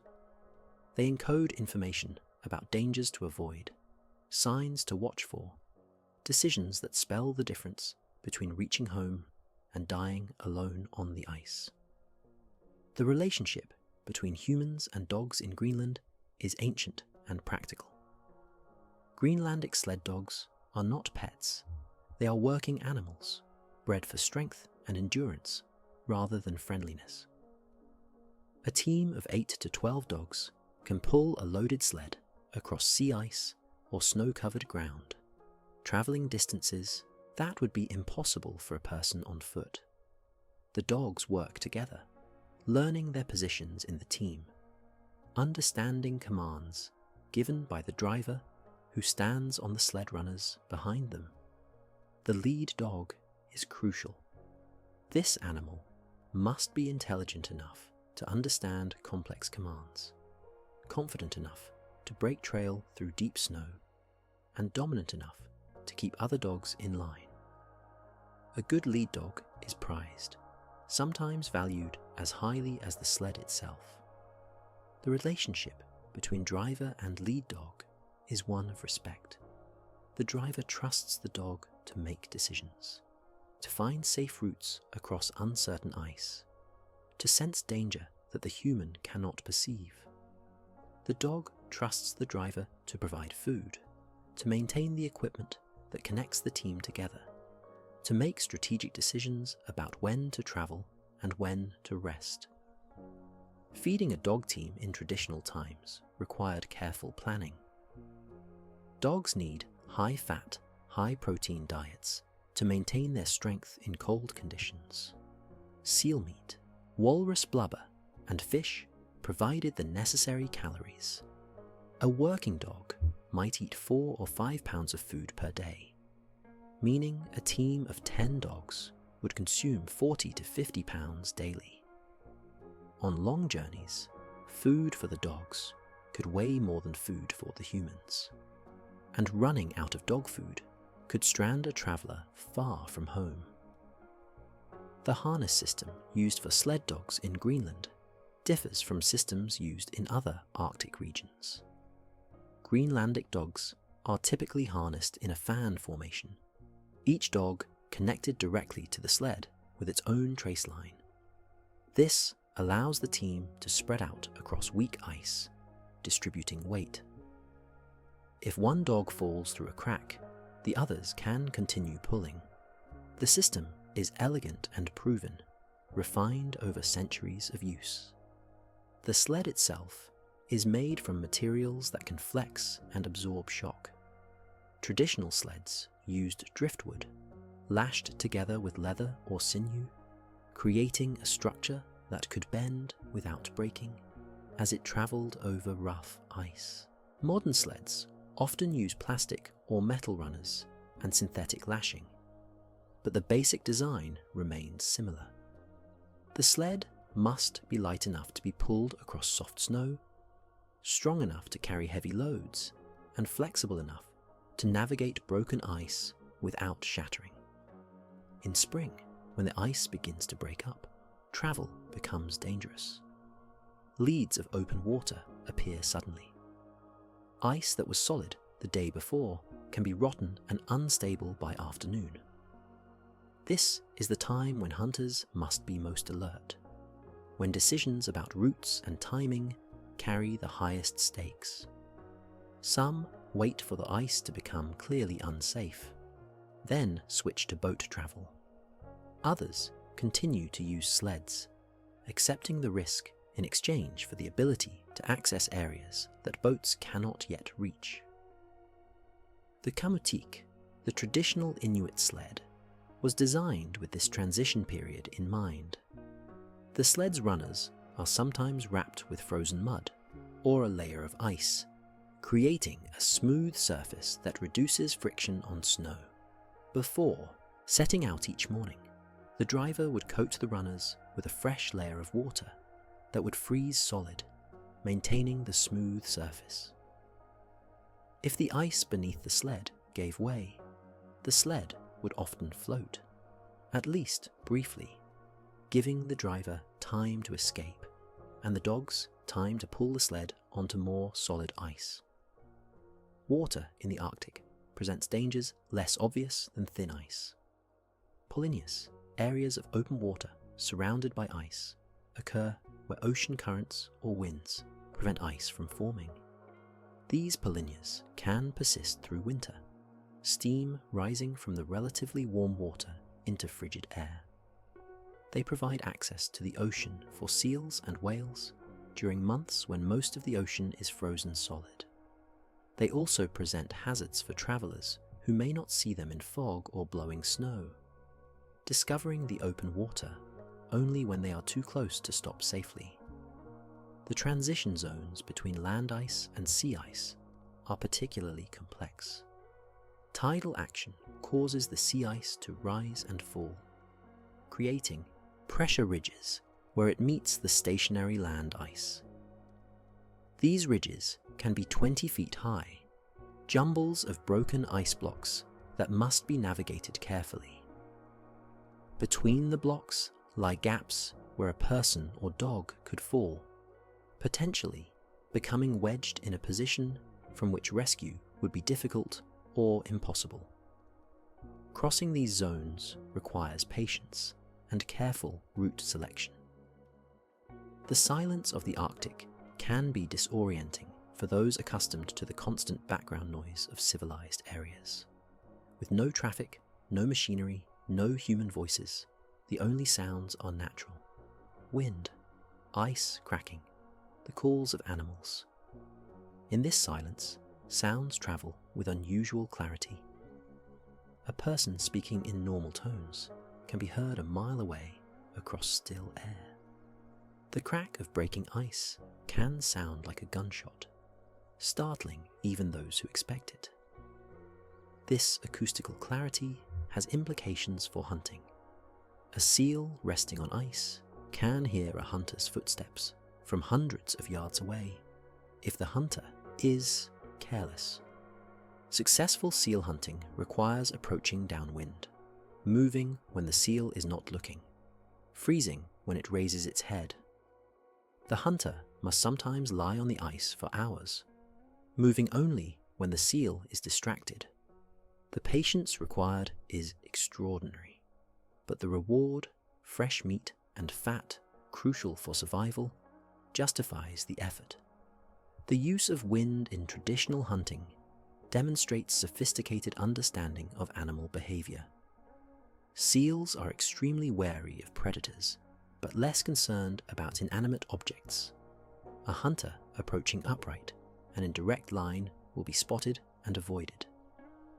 A hunter approaching from downwind, staying low, moving erratically like a piece of ice pushed by wind, has a better chance. Some hunters used white screens, walking behind them, appearing to the seal as moving ice. This knowledge, accumulated over generations, represents practical understanding of perception, behavior, and physics. Caribou, when they occurred on Greenland, were hunted using similar principles.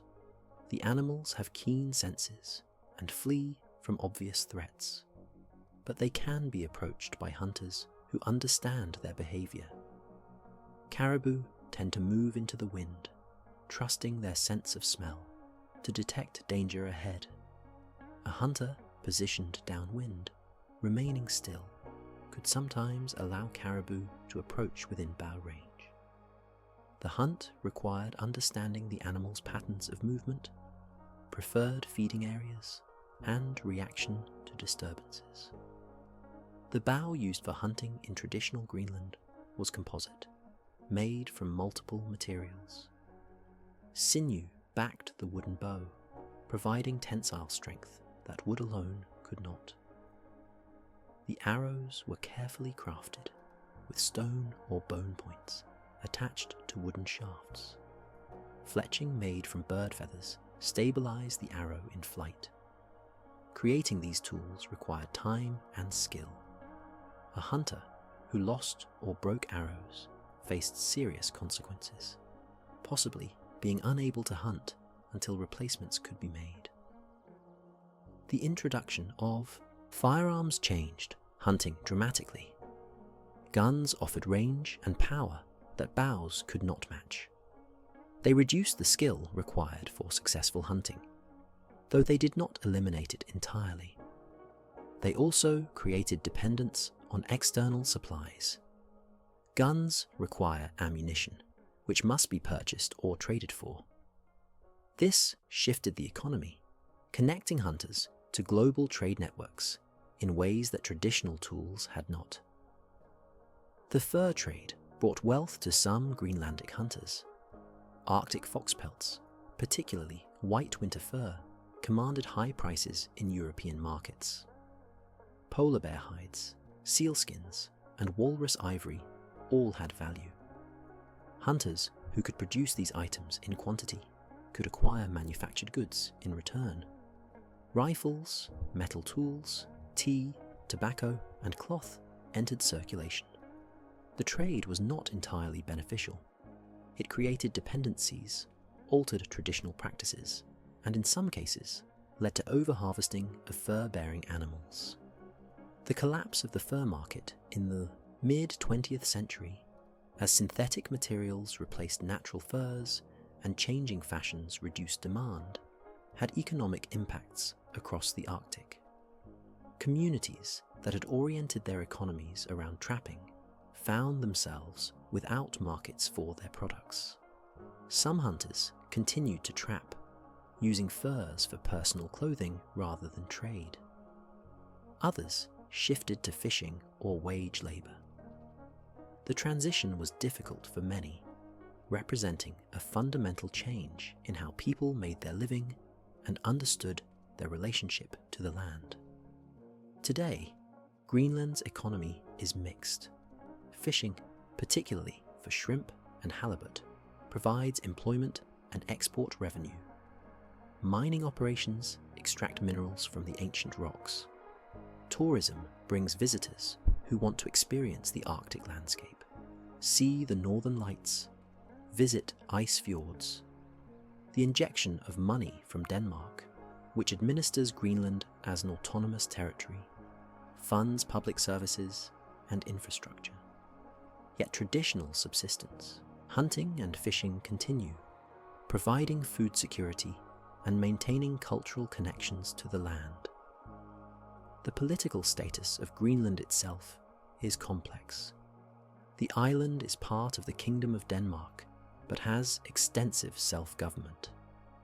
Greenlanders debate independence, weighing the desire for full sovereignty against practical concerns about economic viability. The potential revenue from mineral resources and oil extraction complicates these discussions.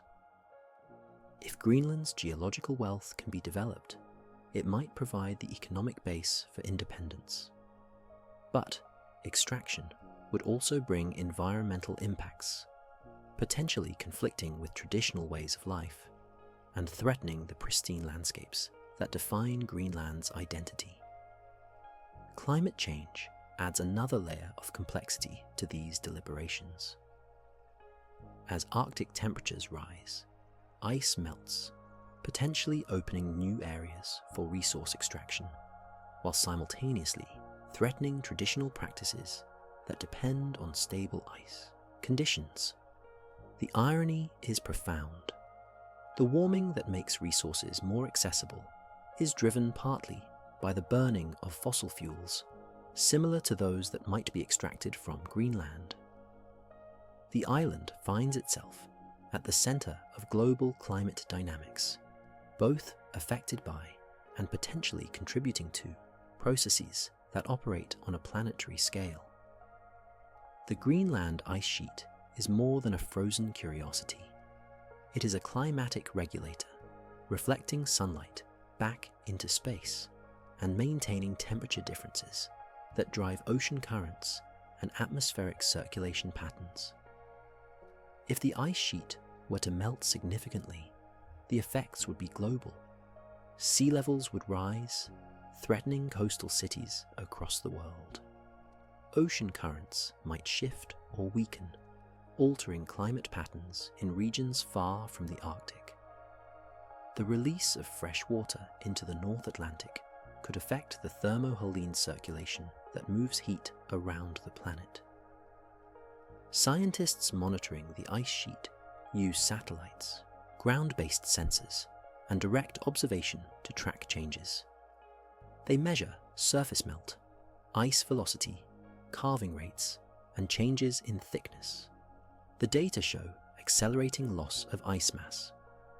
In the 1990s, the ice sheet was roughly in balance, gaining as much mass from snowfall as it lost from melting. By the 2010s, the ice sheet was losing more than 200 billion tons of ice annually. This acceleration concerns researchers who understand that ice sheet dynamics can include tipping points, thresholds beyond which melting becomes self-reinforcing and potentially irreversible on human timescales. The albedo effect illustrates one such feedback mechanism.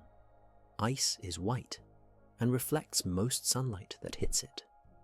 As ice melts, it exposes darker land or ocean, which absorbs more sunlight, warming the surface, causing more melting.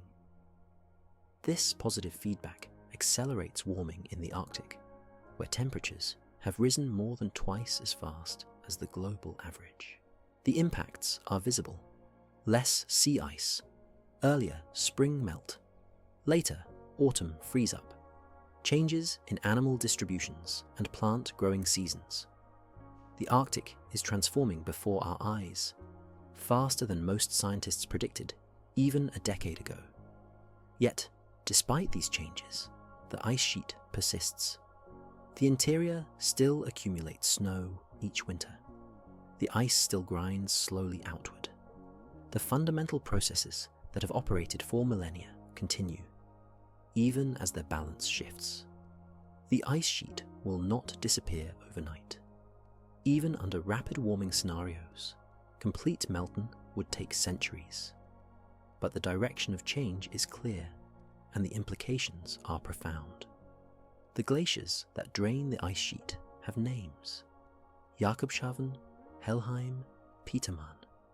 These are not abstractions, but specific places, individual rivers of ice with distinct characteristics and behaviors. Jakobshavn Isbre, on Greenland's western coast, is one of the fastest moving glaciers on Earth, flowing toward the ocean at rates exceeding 12 miles per year in some areas. The ice at the glacier's face can be more than 3,000 feet thick, taller than the tallest buildings. When this ice reaches the ocean and breaks away, it creates icebergs of staggering size, some large enough to be tracked individually by satellite as they drift through Baffin Bay. Helheim Glacier on the eastern coast has shown dramatic retreat in recent decades. The glacier's front has pulled back several miles, thinning significantly. The rate of retreat varies from year to year, influenced by ocean temperatures, air temperatures, and complex interactions within the ice itself. Understanding these variations is crucial for predicting future behavior. Yet the ice continues to surprise researchers with sudden accelerations or unexpected pauses in its retreat. Petermann Glacier in northwestern Greenland has a floating ice tongue that extends beyond the grounded ice sheet. This tongue is vulnerable to melting from warm ocean water flowing beneath it. In recent years, large sections of the ice tongue have broken away, carving icebergs tens of square miles in size. These calving events reduce the ice tongue's extent, potentially affecting the flow of ice from the grounded sheet behind it. Each glacier has its own personality, its own rhythm. Some retreat steadily, others show seasonal variations, advancing in winter and retreating in summer. Some experience surges, sudden accelerations that move ice downslope at rates far exceeding normal flow. Understanding these differences requires detailed study of each glacier's geometry, bedrock configuration, and interaction with ocean and atmosphere. The research is painstaking but necessary. The behavior of individual glaciers will largely determine how much Greenland contributes to future sea level rise. The meltwater that flows from the ice sheet carries more than just water. It contains sediments, organic matter, and nutrients that have been locked in ice for thousands of years. When this material enters the ocean, it fertilizes coastal waters, potentially increasing productivity. But it also clouds the water, reducing light penetration, which could decrease productivity in other ways. The net effect is uncertain and likely varies depending on location and timing. The organisms that live in glacial meltwater streams are adapted to extreme conditions. The water is near freezing. It is turbulent. Sediment concentrations can be very high. Yet specialized insects, particularly certain species of stoneflies, thrive in these streams. Their larvae cling to rocks in the streambed, feeding on algae and organic matter. In winter, when the streams freeze solid, the larvae enter a dormant state, surviving temperatures that would kill most insects. When flow resumes in spring, they resume activity as if nothing had happened. The fish that enter coastal streams to spawn must navigate water that is cold, murky, and variable in flow. Arctic char, a species related to salmon and trout, spawns in streams throughout Greenland. These fish spend most of their lives in the ocean, but return to fresh water to reproduce. The transition from salt water to fresh requires physiological adjustments. The fish must reverse the direction of salt and water, transport across their gills and in their kidneys, a process that takes time and energy. They often stage in estuaries, spending days or weeks in brackish water as they adapt. Once in the spawning stream, the female char excavates a nest in gravel, using her tail to dig a depression called a red. She deposits eggs in the red. The male fertilizes them, and she covers them with gravel. The eggs will incubate through winter, buried in the stream bed, slowly developing as temperature and oxygen levels permit. In spring, the young fish emerge from the gravel and begin feeding, growing through their first summer before migrating to the ocean. Many will not survive this migration. Birds, larger fish, and simple bad luck claim most young char before they reach the sea. Those that survive grow rapidly in the ocean, feeding on abundant small fish and crustaceans. Arctic char can live for 20 years or more, growing to 20 pounds or larger. They are beautiful fish with olive backs, silvery sides, and bellies that turn brilliant orange during spawning season. Their flesh is rich and fatty, prized as food. Subsistence and commercial fisheries target char in some areas, though regulations aim to maintain sustainable populations. The cod that once were common in Greenlandic waters have become less abundant in recent decades, likely due to a combination of overfishing and changing ocean conditions. Cod are cold water fish, but they have temperature preferences. If water becomes too cold, they move elsewhere. If it becomes too warm, they also move. The optimal temperature range for cod is narrow, and shifts of even a few degrees can affect their distribution. As Arctic waters warm, some species are moving northward, following their preferred temperature ranges. This reshuffles ecosystems, creating new predator-prey relationships and potentially disrupting established patterns. The whale species that visit Greenlandic waters are diverse. Humpback whales, recognizable by their long pectoral fins and distinctive songs, migrate through Greenland waters during summer. They feed on small fish and krill, using bubble nets to concentrate prey. A whale surfaces in the center of the bubble net with its mouth open, engulfing thousands of fish in a single gulp. The whale then filters the water out through baleen plates, retaining the fish to be swallowed. A large humpback can consume a ton or more of food per day during the feeding season, building the fat reserves it will live on during winter migration to breeding grounds in the Caribbean. Fin whales, the second largest whale species, also visit Greenland. These streamlined animals can reach lengths of 80 feet and speeds exceeding 20 miles per hour. They are thought to be among the fastest of the great whales. Fin whales feed on krill and small fish, lunging through schools with their mouths open, filtering huge volumes of water. Their calls are among the loudest sounds produced by any animal, low-frequency pulses that can be detected hundreds of miles away. The purpose of these calls is not fully understood, but likely relates to communication over the vast distances of the open ocean. Blue whales, the largest animals ever to live, are occasionally sighted in Greenlandic waters. An adult blue whale can exceed 100 feet in length and weigh more than 200 tons. Its heart is the size of a small car. Its tongue weighs as much as an elephant. Yet this enormous animal feeds on some of the smallest creatures in the ocean, filtering tons of krill through baleen plates.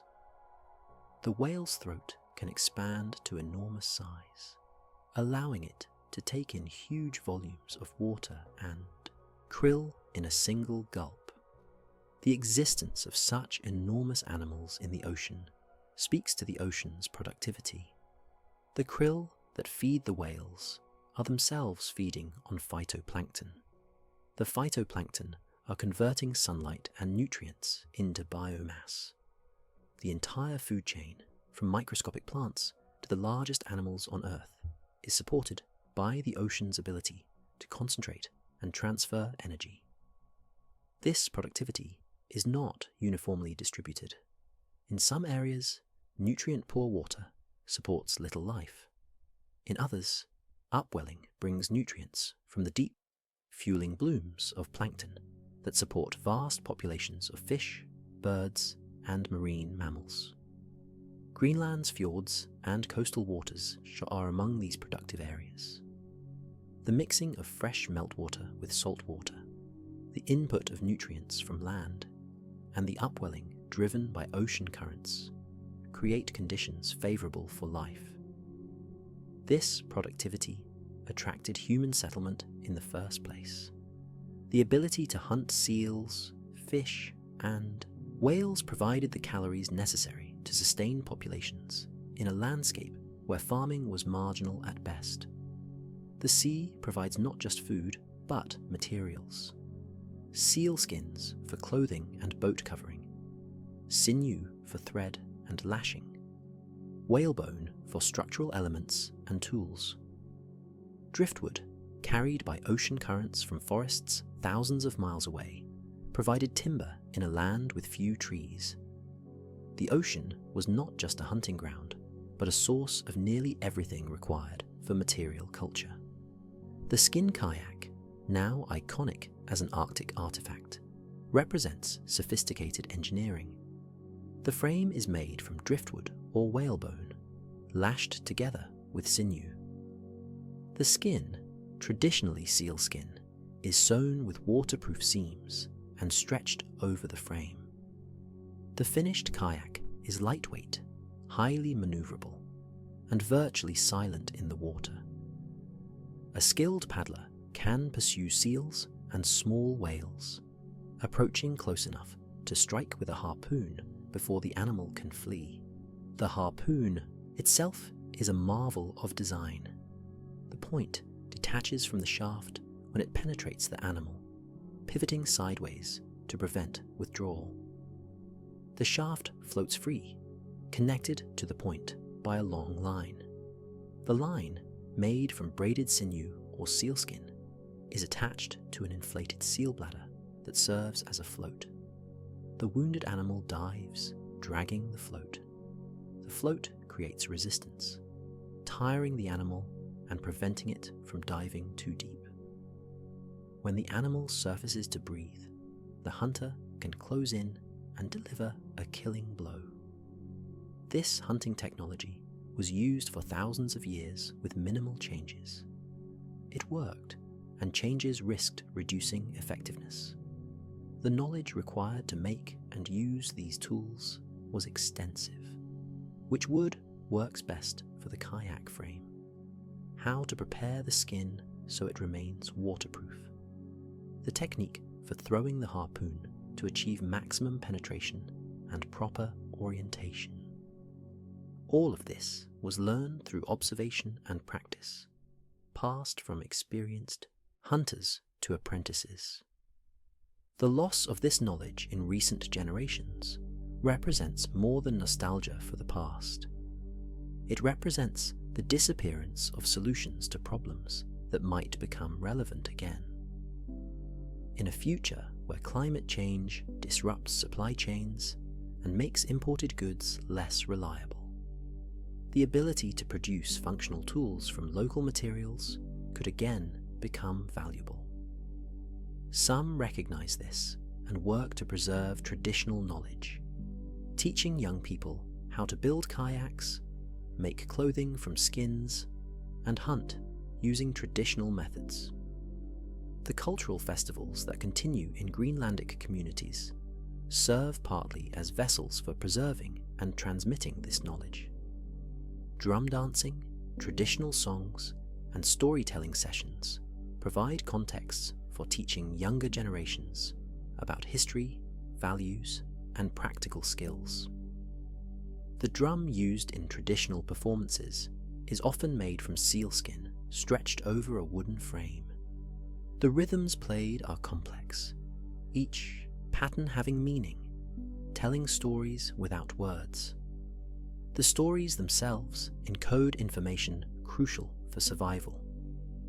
Tales of hunters who failed to respect the sea, who took more than they needed, who showed arrogance toward the animals they hunted, serve as moral lessons. The Arctic punishes such behavior. The hunter who wounds an animal and fails to track it, leaving it to suffer and die without being used, offends both practical ethics and spiritual beliefs. Waste is not just inefficient, it is wrong. In an environment where survival depends on successful hunting, anything that jeopardizes future hunting success threatens the entire community. The concept of sharing, deeply embedded in traditional culture, reflects practical necessity. A successful hunter cannot consume an entire seal before it spoils. In the absence of reliable preservation methods beyond freezing, fresh meat must be shared. This creates obligations and relationships. The hunter who shares generously today can expect to receive when their own hunting is unsuccessful. The network of reciprocal obligations ensures that temporary individual failures do not result in starvation. These sharing networks extended beyond immediate kin. A community might include several extended family groups, all participating in the exchange of food, materials, and labor. Disputes were settled through discussion, consensus, and sometimes through ritualized combat that allowed grievances to be addressed without destroying the social fabric. The imperative to maintain cooperation was strong. In a small community surrounded by a hostile environment, prolonged conflict could be fatal for everyone. The arrival of European diseases in the centuries following Norse contact devastated indigenous populations. Smallpox, influenza, and other diseases, to which Europeans had developed some resistance, swept through Arctic communities with horrific mortality. Entire villages were sometimes wiped out. The social disruption was immense. Knowledge holders died before they could pass on their skills. Family lines were broken. Traditional structures of leadership and decision-making were disrupted. The populations recovered eventually, but the damage to cultural continuity was severe. The colonial period brought further changes. Christian missionaries suppressed traditional spiritual practices, teaching that indigenous beliefs were primitive and wrong. Traditional stories were dismissed as superstition. The drum dances were banned. Children were sometimes taken from their families and placed in schools where they were forbidden to speak their native language. The intent was assimilation, the replacement of indigenous culture with European values and practices. The long-term damage from these policies is still being addressed today, as communities work to reclaim languages, practices, and knowledge that were nearly lost. Yet culture is remarkably resilient. Elements of traditional practice continued underground, passed quietly from parents to children despite official prohibition. When policies changed and indigenous practices were again permitted, knowledge that had seemed lost proved to have survived, preserved by individuals who had maintained the old ways despite pressure to abandon them. The revival of traditional culture in recent decades represents both recovery and reinvention, as people adapt old practices to modern contexts. The Greenlandic language itself, a member of the Inuit language family, encodes cultural knowledge in its structure. The language is polysynthetic, building long words from multiple smaller components. A single word can express what would require a full sentence in English. This compression allows for precise expression of complex ideas about spatial relationships, movement, and environmental conditions. The language reflects the priorities of a culture where understanding the environment in fine detail is crucial for survival.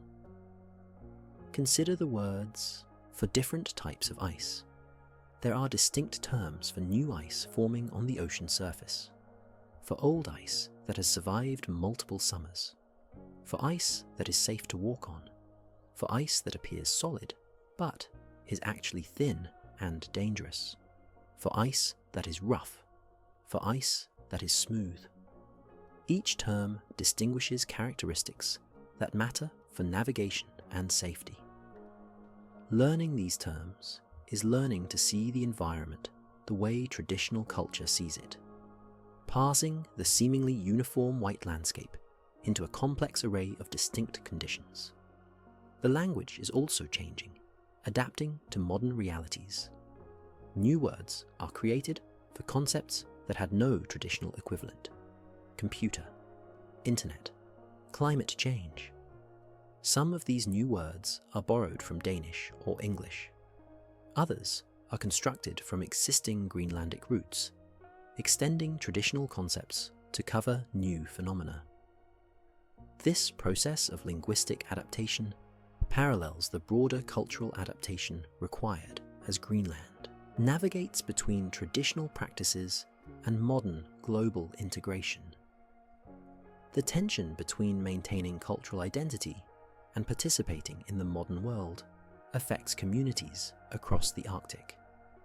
Young people in particular face choices.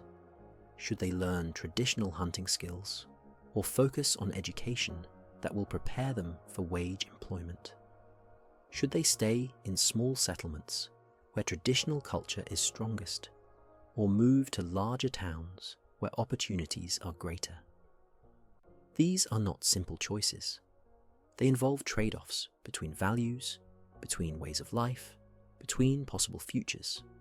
For some, the answer is to embrace both, to learn traditional skills while also pursuing modern education, to participate in wage economy while also maintaining connections to the land through hunting and fishing, to speak both Greenlandic and Danish or English. This balancing act is challenging but increasingly common. It represents an attempt to create a hybrid identity that respects the past while engaging with the present and preparing for the future. The landscapes that frame these human dramas remain largely unchanged by human activity. The ice sheet still dominates. The glaciers still carve. The aurora still dances overhead. Human presence in Greenland has always been marginal, constrained by climate and limited resources. Even today, with modern technology, the island remains sparsely populated, most of its area uninhabited and likely to remain so. This emptiness, this vast uninhabited space, has value beyond its resources. It represents wilderness, a reminder that not all of Earth has been transformed by human activity. The experience of standing in such a place, surrounded by ice and rock and sky, with no signs of human presence visible in any direction, provides perspective. It reminds us that we are not the center of everything, that processes larger than ourselves continue regardless of our concerns. The sounds of this wilderness are subtle. The wind across ice, the distant crack of a calving glacier, the call of a raven. These sounds exist on their own terms, not for human appreciation, but simply as part of natural processes. We can listen to them, find peace in them, allow them to slow our thoughts and calm our minds. But they do not exist for us. They exist because ice moves, because wind blows, because ravens call to each other. Our presence or absence makes no difference to them. This indifference is oddly comforting. The ice does not care about our anxieties, our deadlines, our social dramas. It continues being ice, patient and cold, grinding slowly toward the sea. The wind does not pause for our convenience. The raven does not modulate its call to suit our preferences. These things simply are, following their own nature, indifferent to human judgment. In this indifference lies a kind of freedom. If the natural world does not care about our status, our achievements, our failures, then perhaps we need not care so much either. We can simply be as the ice is, as the wind is, existing in the moment without the burden of self-judgment and social comparison that weighs so heavily in human societies. The ice cap holds within it a record of times when human concerns were irrelevant because humans did not yet exist. The oldest ice preserves air from epochs before our species evolved, before our genus emerged, before the climate oscillations that would eventually shape the environments in which we learned to be human. This ice is a connection to deep time, to a planet that existed in forms we can barely imagine, populated by species that left no descendants, shaped by forces that continue to operate today. So, as you settle into rest tonight, wherever you are, allow your mind to grow still like the frozen landscape of Greenland. Let your breath slow to the pace of glacial movement. Let your thoughts grow soft at the edges, like snow drifting down in the quiet. The ice sheet has been breathing in and out for hundreds of thousands of years, patient and constant. You can rest now, knowing that some things endure beyond our understanding, beyond our time. The journey into sleep, like the slow drift of ice toward the sea, is natural and inevitable. Let it carry you gently. Let the weight of warmth and comfort press down like patient snow, layer upon layer, until you are held completely. Sleep well now, and thank you for wandering through this frozen stillness with us tonight.